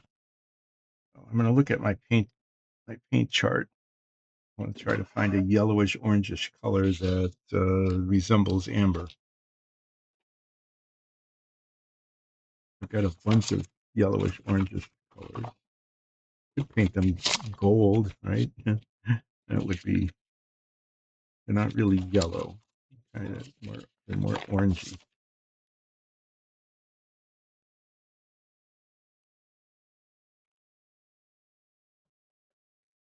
I guess that sun yellow is glossy and it's got a little orange in it. That's going to be my amber sun yellow. 47. I will triple check. Turn signal 47. This is 47. Turn signal amber. Sun yellow. Somewhere here in this morass of things is sun yellow.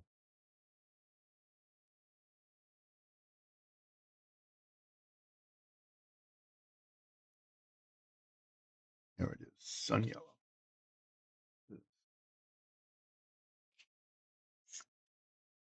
Now they're painting dots, little dots of paint on here. I'll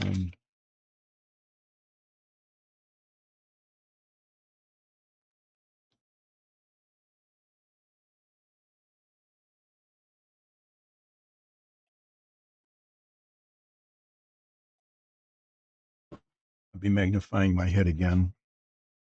And I managed to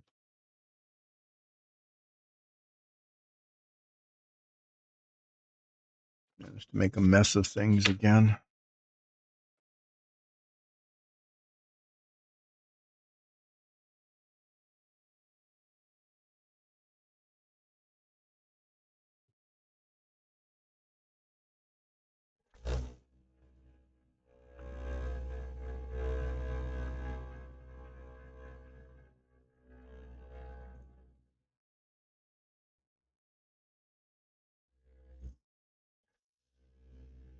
So over the weekend, I'm going to be priming the front and rear pans, the louvers, and the hood.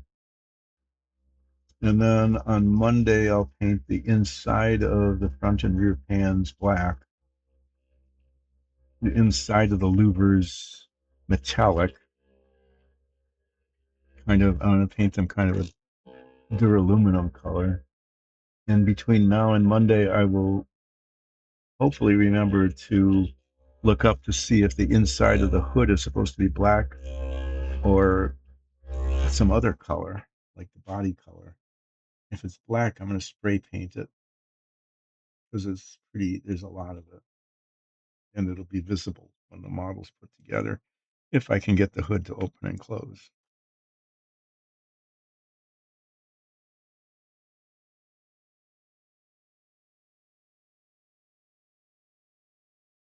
All right. Why this isn't going on tight.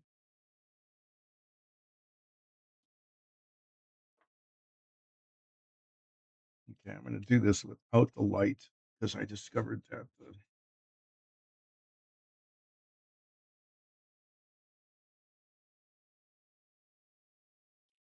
the extra light actually is a problem. It just glares too much.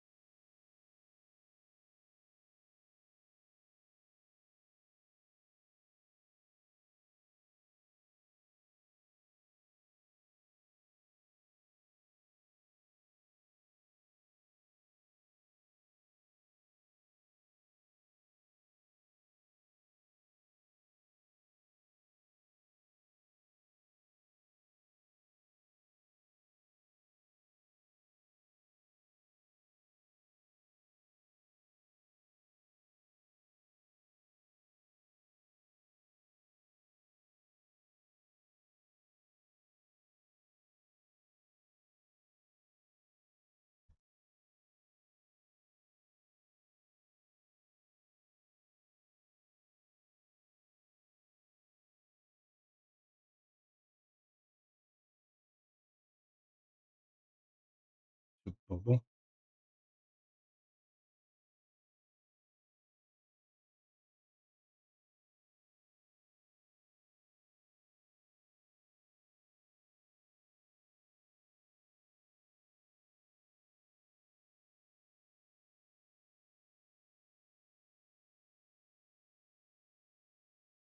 Okay, well, I'd like it a little oranger than that, but I don't want it orange, so I'm going to call that, I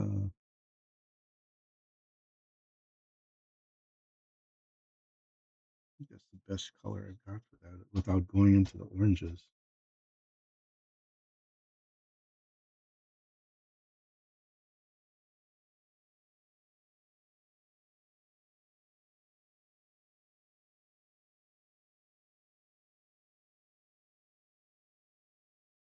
Why did the reflectivity change so much?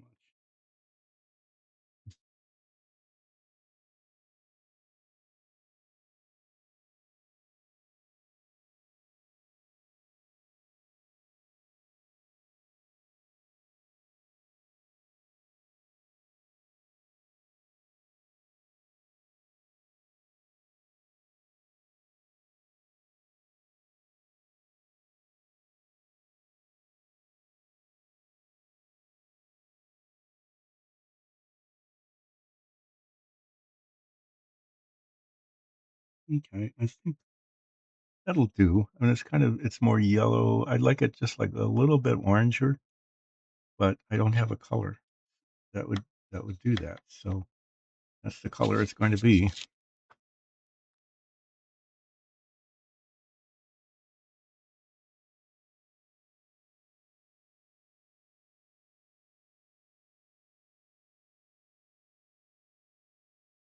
And then the backup lights, they get 51 are the backup lights. Those get painted white.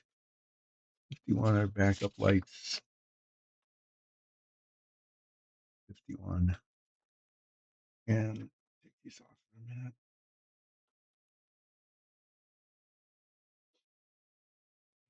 I have a glossy white. I know I've got a bone white, flat white. I don't really want flat white.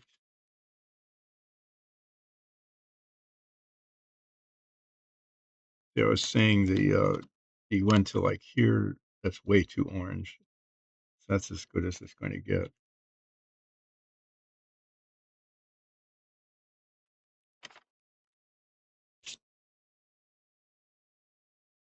Guess I need to use the dead white. White doesn't cover it well. I've used dead white before where I needed white. Not a very nice name, but it works well. Here it is. It covers well. I've used this a fair amount because usually the whites and the yellows tend to be kind of translucent, but this white actually covers okay.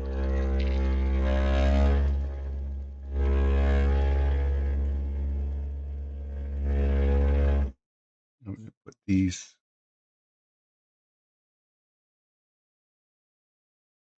in with the tail lights there in the in progress box.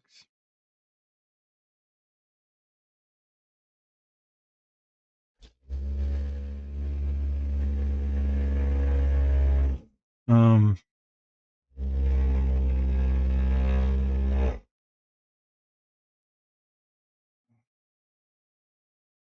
whoa. Okay, there's 1,000 times more than I needed. They come popping out of the bottle there. I don't know if it's 1,000 times more, but it's at least 100 times more than I needed.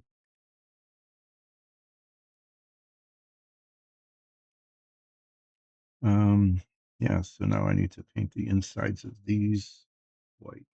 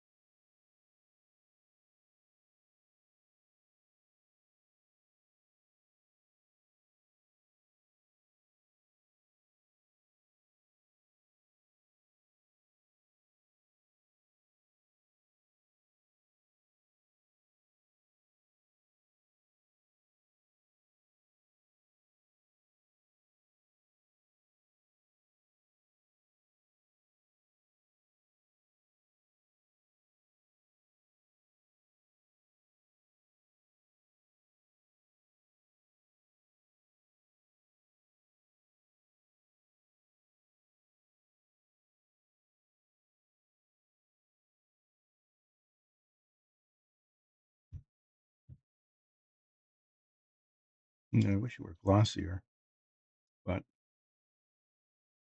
the alternative is to use, just like if I were a pro, I can talk about things that I could could be doing, but I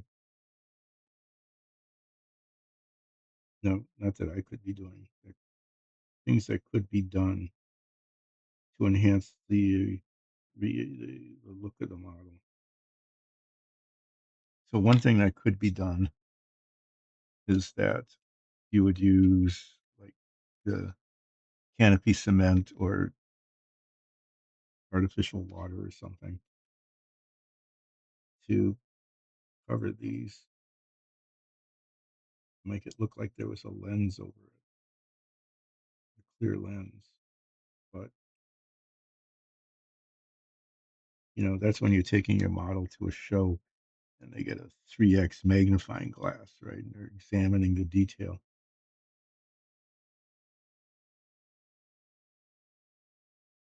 I take my models and put them under indirect lighting and tell people they need to stay 18 inches away.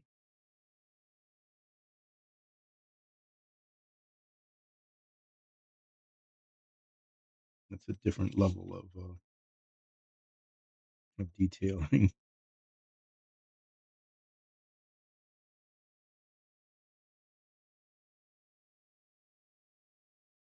At least in theory.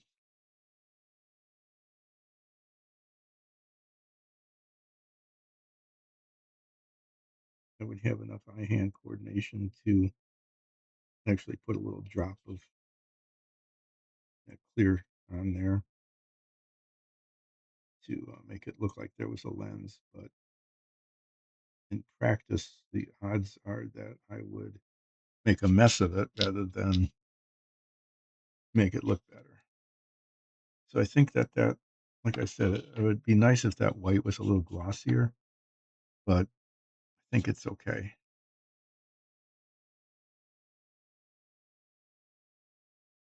See if I can get this on without messing up the bristles.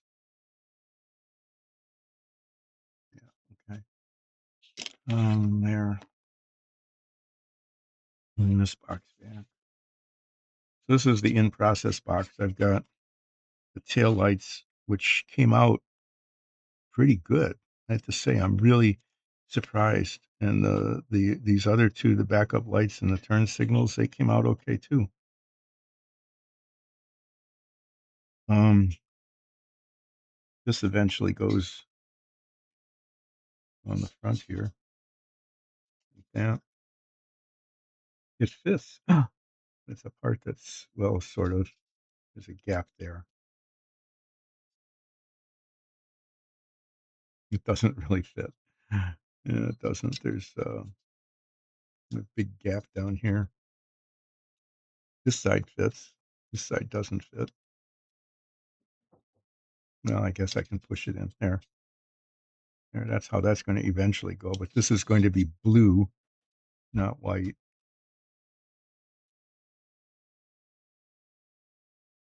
Um, okay, well, here I'm on a roll. I'm going to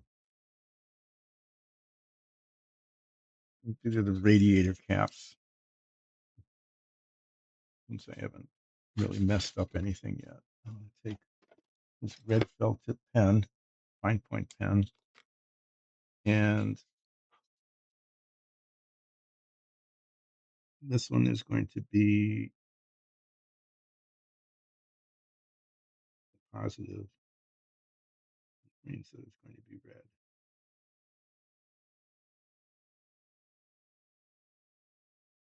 See, another thing that people would do if they were incredibly super modelers is they would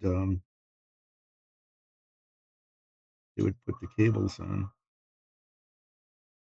They'd put the battery cables on.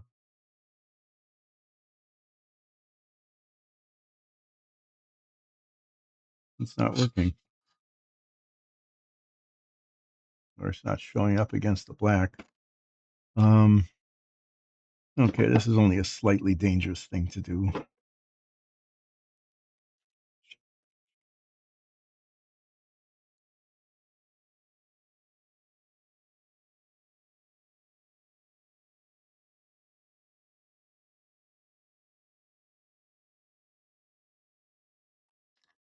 Now, somebody's going to tell me, somebody's going to say, oh no, no, the negative was over here.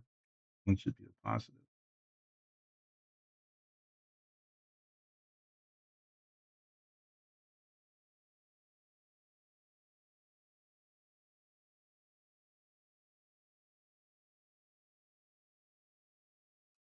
And that might be true, but I don't know.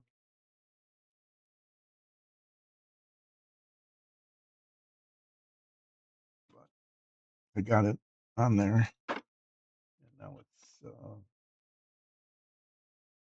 little red spot. Battery caps, I don't know. You know,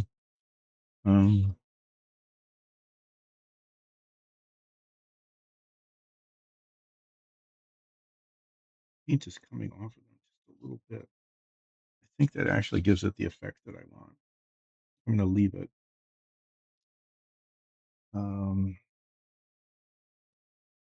There. Let me clean this. Get this brush is thorough cleaning.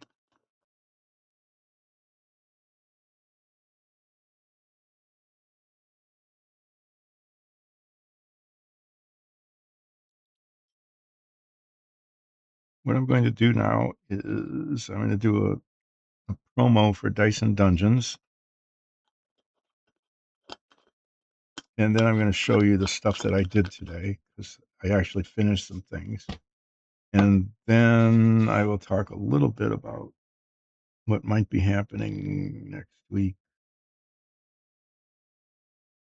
in terms of working on this thing. Let me clean things up.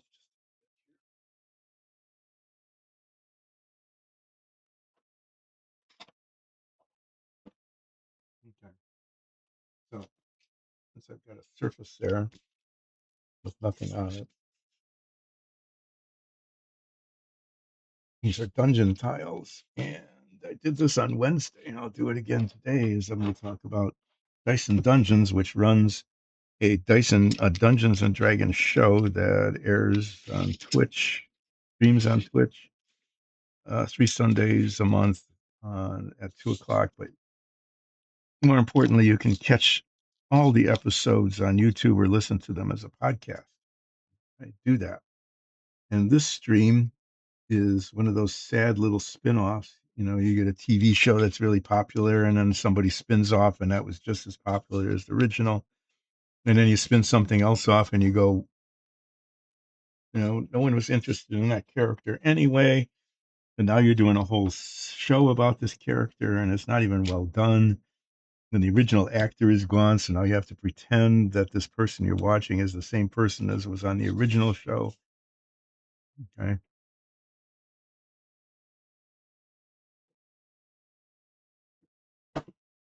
And this is that. This is one of those sad spin-offs because originally we were painting dungeon tiles for the show and minifigs. I can show you some minifigs too. I got some time. I can do that for the show. And then when there weren't any because we had all we needed, then Alexis, our DM, said, why don't you just build models? Because if you're down in the basement building models and you're not in our way up here where we're trying to do things, and maybe you'll like it. I don't know. But it'll be a chance to talk about Dyson Dungeons in our Dungeons and Dragons show. So that's what I'm doing. So these are our dungeon tiles, and they're printed on 3D printers like the one behind me. And these are some earlier versions, but it gets to show you what happened on this show, which is that they would come out like this, black clay, okay? And then they'd be primed, and then we put a base coat of brown on it, and then wash it with a smoky ink to make it look like wood and to bring out the wood grain, and then paint the panels front and back, you know, so that they could be used in the show. And some of them had doors like this, okay? And I, you know, paint the straps. I used to think that that was painting detail, but it compared to car dashboards and taillights and stuff, it's pretty simple painting. But the cool thing about these is that underneath here are ball magnets, and the ball magnets stick to each other and they rotate in the pockets so that you can orient these any way you want. And yeah, they hold on to each other so that when you have a bunch of these tiles, like including corners, inside corners, and outside corners, and rounded corners, and windows, and all sorts of things, you can put together quite an elaborate set. and from time to time, we actually have that. And the amazing thing is that these have evolved over time. The very first ones we made had a separate wall and floor, and they needed to be epoxied together, and we spent a lot of time doing that, and those are still around somewhere. Um, we use them in the show, but then, Alexis figured out how to print the wall and the floor as one solid piece, and so they're one solid piece. They don't break like the other ones used to when they were just separate and cemented together. Okay. The other thing that happened is that she's figured out how to get rid of the bottom panel because the new printer that we got, see, they were printed like this in their pockets. And you put the ball magnets in and then cement this to the bottom, which was fine.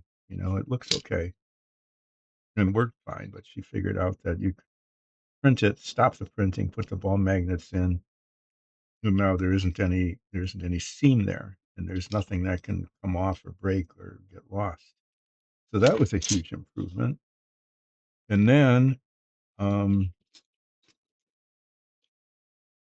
when you have an overhang on a PLA printer, you get this kind of stuff, where the filament kind of dangles. And I suppose we could have filed that off, but we didn't, at least in making this particular tile. And now she figured out how to do it so that there isn't any, and it's perfectly clean. And then even going beyond that, first doors, pin hinged, right? And the lintel, the door would go on, the pin would go in, this would go on, and that would be epoxy to hold it on. So you had like a separate piece here that needed to be cemented on and that showed on the top. And then she figured out how to do it so that it doesn't show anymore. Okay. That the door is attached and there aren't any seams. And that in terms of the quality, just look at the difference. This isn't painted, but you can still see it that these pin points, the hinge holes disappeared, and yet the door still works. And the old style, had this overhang with the strings kind of showing, and now the tiles don't have that. They're perfectly smooth on the inside. So we're looking at dungeon tiles that are of incredible quality. I mean, just look at this. The door opens and closes. There's nothing there. There's no little strings dangling down. They have the magnets in the base. The base is all solid. We just have to say that we're really proud of those.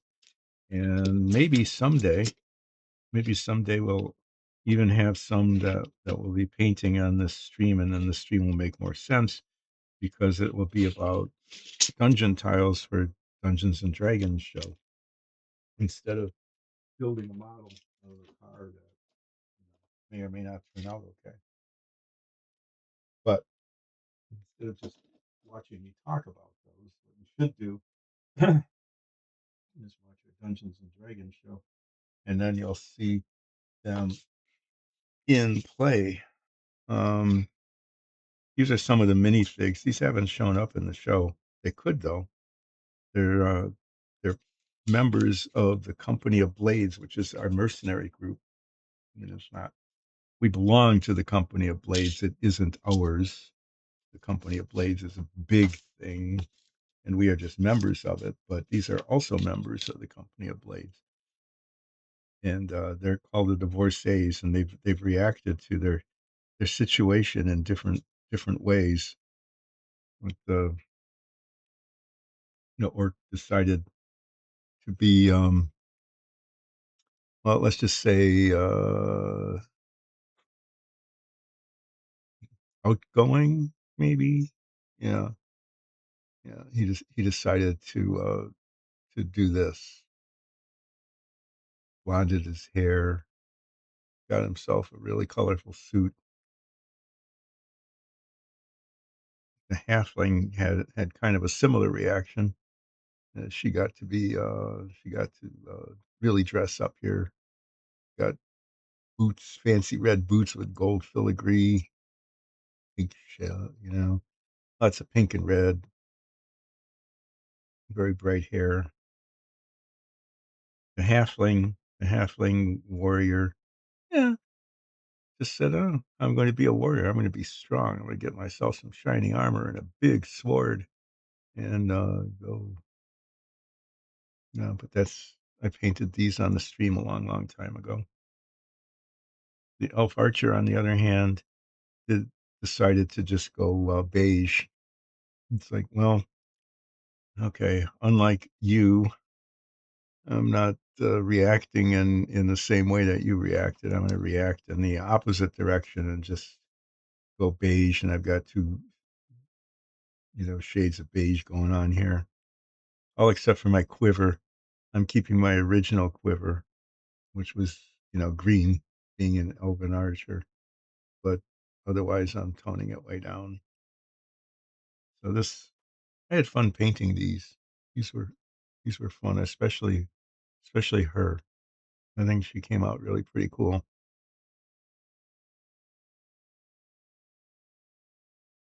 No, no fire mage, I guess.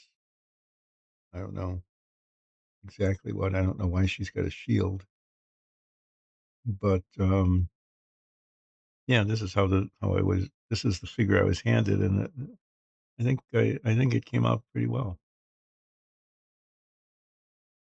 Yeah, I especially like the way her boots look. And all the fancy pink on red kind of armor.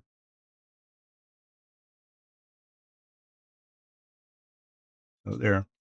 But yeah, so watch our Dungeons and Dragons show because that's what this is really all about. Is Dyson Dungeons and Dragons show, and you will really enjoy it. I guarantee. I give you my totally meaningless guarantee that you will like the show and you'll want to watch a lot of it on YouTube and catch up on all our characters because you know, we're not just playing in the basement uh, game. We're putting on a show and it's great. And the world that Alexis created is really pretty amazing. I'm gonna put these back out of the way here.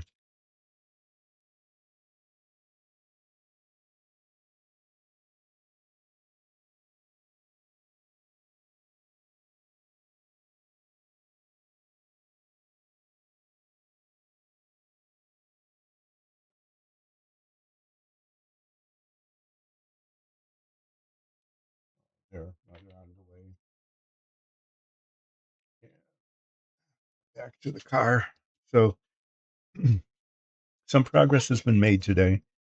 It didn't. It's one of those things where it looks like nothing is happening when actually a lot of work is being done, and then suddenly it looks hardly any work, but it looks like something got done. So that's what happened today, in that all of the work that went into prepping all of these pieces for the passenger compartment, the steering wheel and the dashboard, and even the pedals and the door handles and stuff, all of that work, which took weeks and weeks and weeks. It only took maybe half an hour to put all this together, the assembly. So now the passenger compartment is complete, accumulating white spots.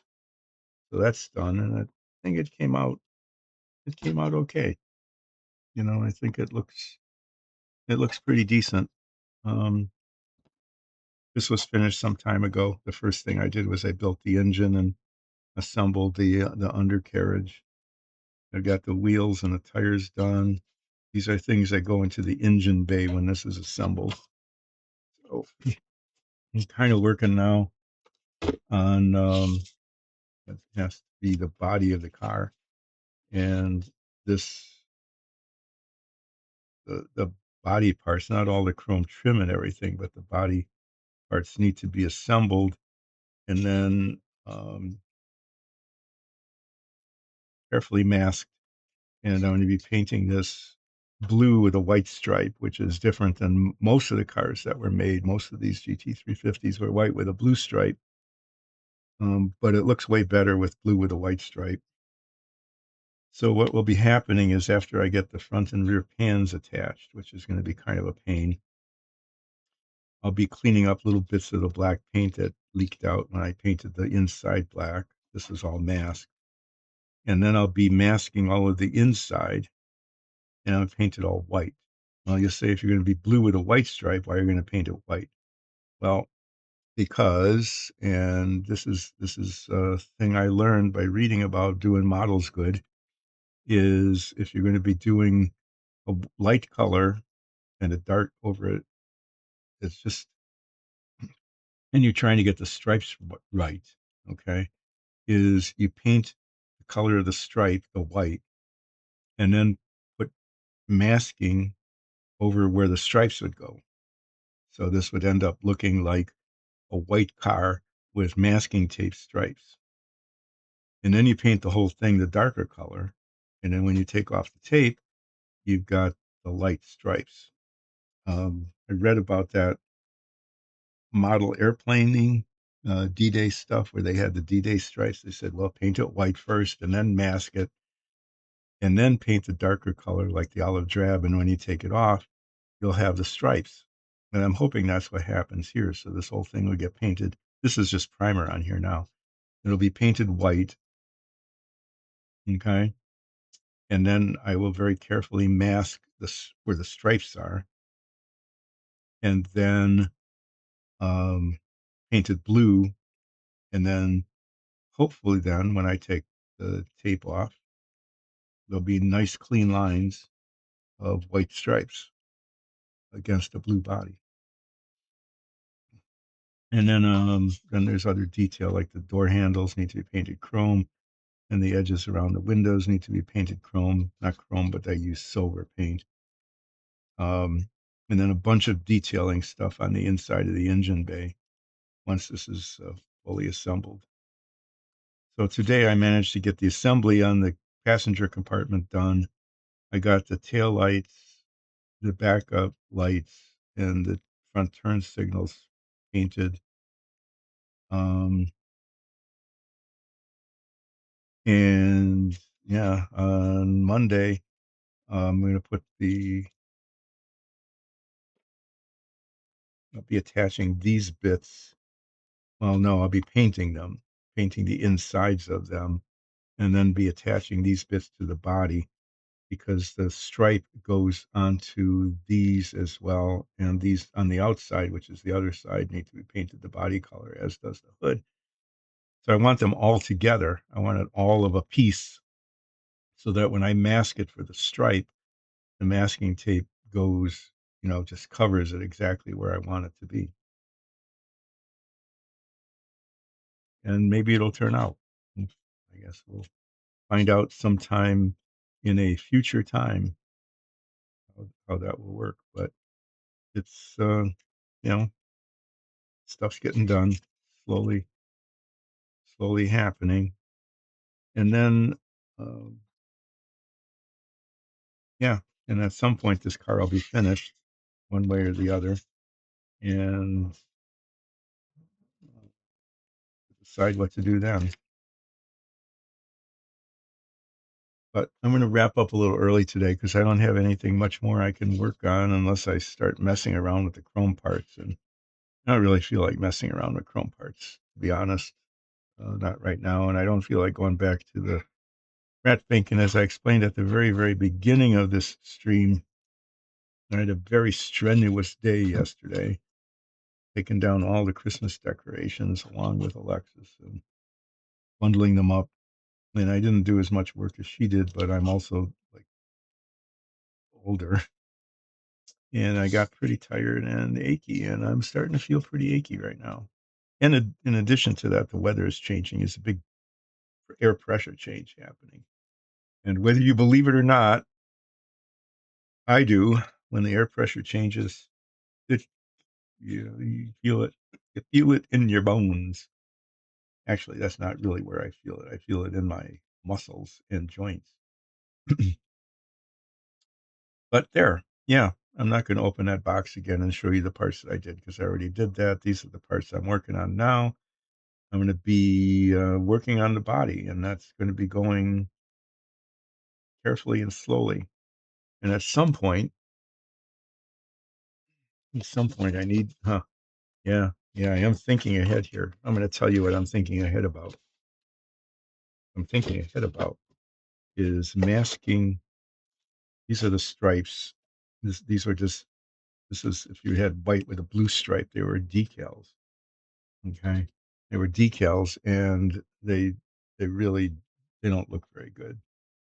Not nearly as good as having,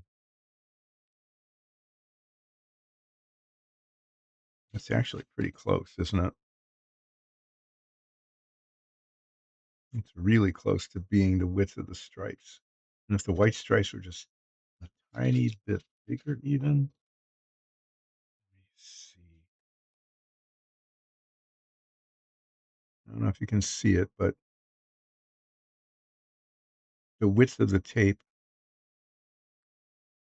I match it up, I match it right up the edge, right where the blue disappears, right there. Oh my, that is good fortune. The tape is like almost exactly perfect for the width of the stripes, which means that after this is painted white, okay, after this is painted white, then I will be able to use this tape to mask where it goes. The other thing, I just want to check this, is the distance, the width between them is important as well. And if I'm really lucky, what I want to do, this might not make a lot of sense, but maybe it will, is I want to put a strip, see where there's a separation between the stripes, is I want to mask that first, even though it's going to be painted blue, so that I can get from very, very front, all the way from the front, okay, all the way across the top of the car and down the back, okay. I want that stripe to be straight. So what I'm planning to do is take this 2 millimeter wide tape, which is just a little bit wider than that. Okay, a little bit wider than that. So the stripes might be a little further apart. And so I'm going to run a strip of that all the way from the very front, all the way up to there here. Even here needs to be painted all the way across the top and the top of the car, and then down the back, down to here, all the way across. With this tape, I can stretch it out and get it lined up just right. Okay, that's the plan. And then take this tape, which is the width of the stripes, and then match the edges so that it's like right against it, right? This goes down. This is the part that's going to be painted blue between the stripes, and I'll put this right up against it on either side. And once that's, because then I got it lined up. Oh, hi, Who. You just in time. I'll do a flip and then probably end. Is it snowing outside? Okay. They said that there might be snow tomorrow. I didn't know it was going to hit today. So after I get the stripes on, the wider on either side, I'll take this tape off, and then there will be this opening between them. That's my clever plan. My clever plan on how to get the stripes right on this car. I hope it works. But I do know that the decals just wouldn't look good at all. Like over here, the hood curves, and so the decals kind of curve. But look at the gap between them. Okay. Um, so this is the size of the gap because this is one big decal. But then here, these are two separate decals that need to be lined up. It just isn't gonna. The decals would look really poor. They would look bad. Ah, okay. Yeah, after everything melted, then it's gonna snow again. But yeah, so at some point in the future, hopefully there'll be a future here. I'll be getting to the point where I'll be getting ready to paint the body of the car.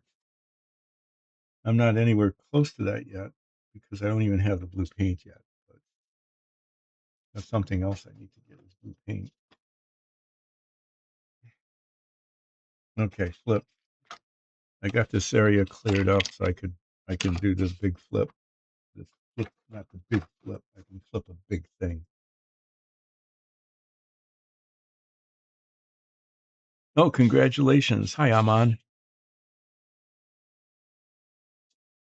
I want to flip sear and no sear. Get the camera up here. Come on, camera guy and director. That was a no sear. There's a sear. There's a sear. There's a sear. And there's a sear. No sear. 4-2. Yep. Probability still works. So did the session go well? Did you have fun? I'm gonna put this back so you can stare at something that looks like something. These are backup lights, front turn signals, and rear tail lights that I painted onto the chrome today, and hopefully they will stay put. This is the front grille. This is a bumper. These are interior parts. This is a little bit of something that I don't want to lose. Ah, okay. That sounds cool.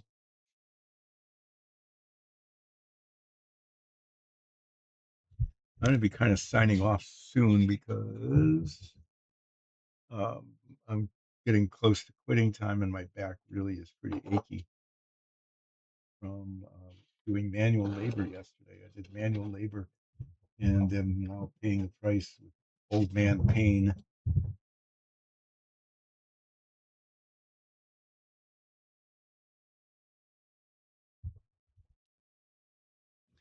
Hi. Oh, thanks. Thanks for joining in. Everybody's joining in right at the end of the session. Um, well, in that case, let me just repeat everything that I had said before because I especially appreciate the first time chat. I really appreciate it. Let me explain what this is about. This is a spin-off of our Dungeons and Dragons show because we create our own dungeon tiles that we use in our show, like these. Okay. And I used to paint these on the stream, but now we have enough for the show, so I'm doing models instead. So this isn't about Dungeons and Dragons as much as it is about, you know, an old guy doing skill level 1.7 modeling, 1 out of 3. But these are the things that I used to paint because that's how the stream got started. These are made on the PLA printer, and then they're base coated and well, they're primed and base coated and painted and detailed. And they've got magnets in the bottom under these panels. There's wall magnets, and so they stick together, and you can rearrange them. And these are just samples of we've got inside corners and outside corners and rounded corners and windows. We've got these things that look like wood. We've got these things that look like rough stone. We've got some that look like cut stone. We've got doors that operate. Yeah, they really, even up close, and not just on camera at a distance, they really look good. And we've had some huge improvements in the quality of these since we got a new PLA printer. DM has created a way of making them so that there's no plate on the bottom anymore. The printer prints and then stops after it had formed the pockets for the magnets and then finishes printing on it so that there's no separate base anymore. So nothing can break off or fall apart. The magnets still work, obviously. And She also fixed it so that instead of having a lintel, that's a separate piece where you put the door in and the hinge, the pin hinge, and then attach it. The printer stops, and then the door goes in, and it finishes printing on top of it. So that, as you can see, the what you might consider to be like a flaw um, is not anymore. So this one's not painted. This is what they look like when they come off of the printer. Okay, which is hard to tell because oh yeah, the painting is actually compared to modeling that it isn't all extremely difficult. What is fun though, what's fun are the minifigs, and we have a PLA printer, and it's possible to print the minifigs. Okay, the minifigs that go on stage here, and I also paint the minifigs on this show, on this stream, like her. Okay, she's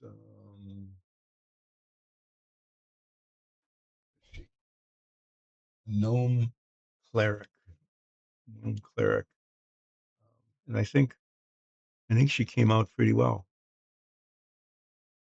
Got, her lips and her hair. I was able to get a lot of detail, like on her boots and the shield. So this is kind of fun. I have these tiny, tiny little brushes that I use to paint the detail like that. Now that's the flame. I'm just getting different shades, make it look flamey. Or like in this case, it's kind of subtle, but there's a different shade of metallic on the runes on the blade. Get the little ears sticking out of their hair, and then using some wash to bring out the detail in the hair, that kind of thing. So yeah, what you need to do is, if you want to do your own painting, the secret is two things. You need to have two things to really be able to pull it off. One is brushes with teeny tiny little points like that. Okay. Or in this case, even teenier, tinier, like three bristles, like 30. And the other thing I really recommend, if you wanted to try to do that, is to get these kind of things, which they go on your head and they look really weird, but they've got magnifying lenses in front of your eyes and a light, and that light lights up the thing you're working on, and then you can look through these lenses, and these are, I think, are 2x. They doubled every two and a half size. This is bigger than the real thing. It's really important. So I'm going to show this. I'm going to show this off because this actually came out looking okay. I'm working on this GT350, okay, which is it's an old kit, and so there's old kit problems with it. Like the parts don't fit. But I just finished the interior of the car,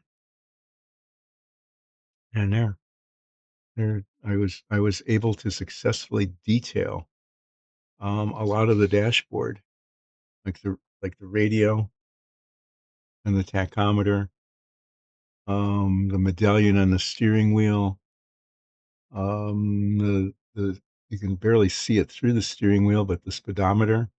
Okay, and I'm kind of happy about how that turned out, given the quality of the kit that I was working with. And my eye-hand coordination, such as it is I think it came out. It looks like it's a painted model kit, but it's not. It's not too bad. I think it came out looking pretty decent. I'm kind of happy.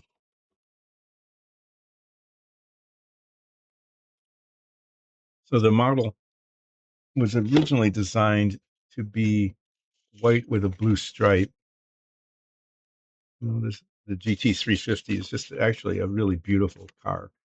The early Mustangs, just the way they swooped with the the swept back, made the rear seat kind of useless. So when they made this, which was kind of a sporty version uh, of the Mustang, they just didn't even bother. They took the rear seat out. They just took the rear seat out. Um, but yeah, the lines on this are really nice with the straight lines and the swoop. And then they were usually painted white with a blue stripe, but it looks way better when it's blue with a white stripe. And so this car is going to get painted. This body is going to be painted blue, and the double stripe will be white instead of blue. The colors will be reversed. Well, at some point, sometime in the future, I'm not sure how far in the future, I'll actually be prepping the body for painting, and I'm going to be painting it white first, and then masking where the stripes are going to go, and then paint it blue. So, yeah, I've been making progress on this over the last. I started it what middle of January. Yeah, I think I started middle of January, so it's only been 5 or 6 weeks since I've been working on it. And I took all of last week off because I was traveling, so it's coming along more quickly than I thought it would. I expected it to take most of the year to get it done just because of all the detail and stuff on it and all the things that could go wrong. But so far it hasn't there haven't been there's only been a couple of, oh, that was not good, but there haven't been any terminal disasters. So when I'm done with this, um, I'm probably going to go back. I'm going to finish the rat fink. There's a long story behind that, but uh, so way back in the time when this car was actually being built, there was this guy called Ed Roth.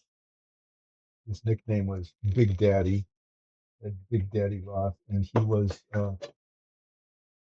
he made hot rods. He would take a car and he would modify it, and then they would as they would make these monsters as kind of their logos for the hot rods that he would build. And his signature monster was the Ratfink, which for some reason in the mid 1960s, Ratfink was a thing.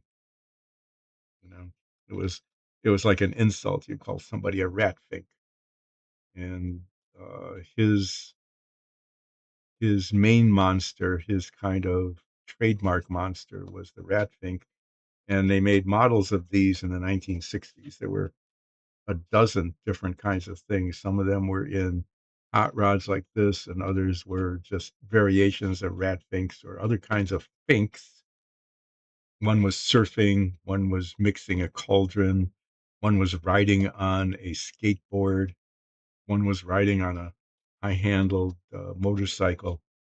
When I was when I was in like eighth and ninth grade, I built all of them when they came out originally. And my mother hated them because they're just monsters. Okay, they don't look. They She couldn't figure out why I would be interested. I just thought they were kind of fun. So they reissued these, and when I started buying models for my retirement, I bought the reissues, and I bought a Ratfink, and I started working on it before the holidays, and this is how it looks so far.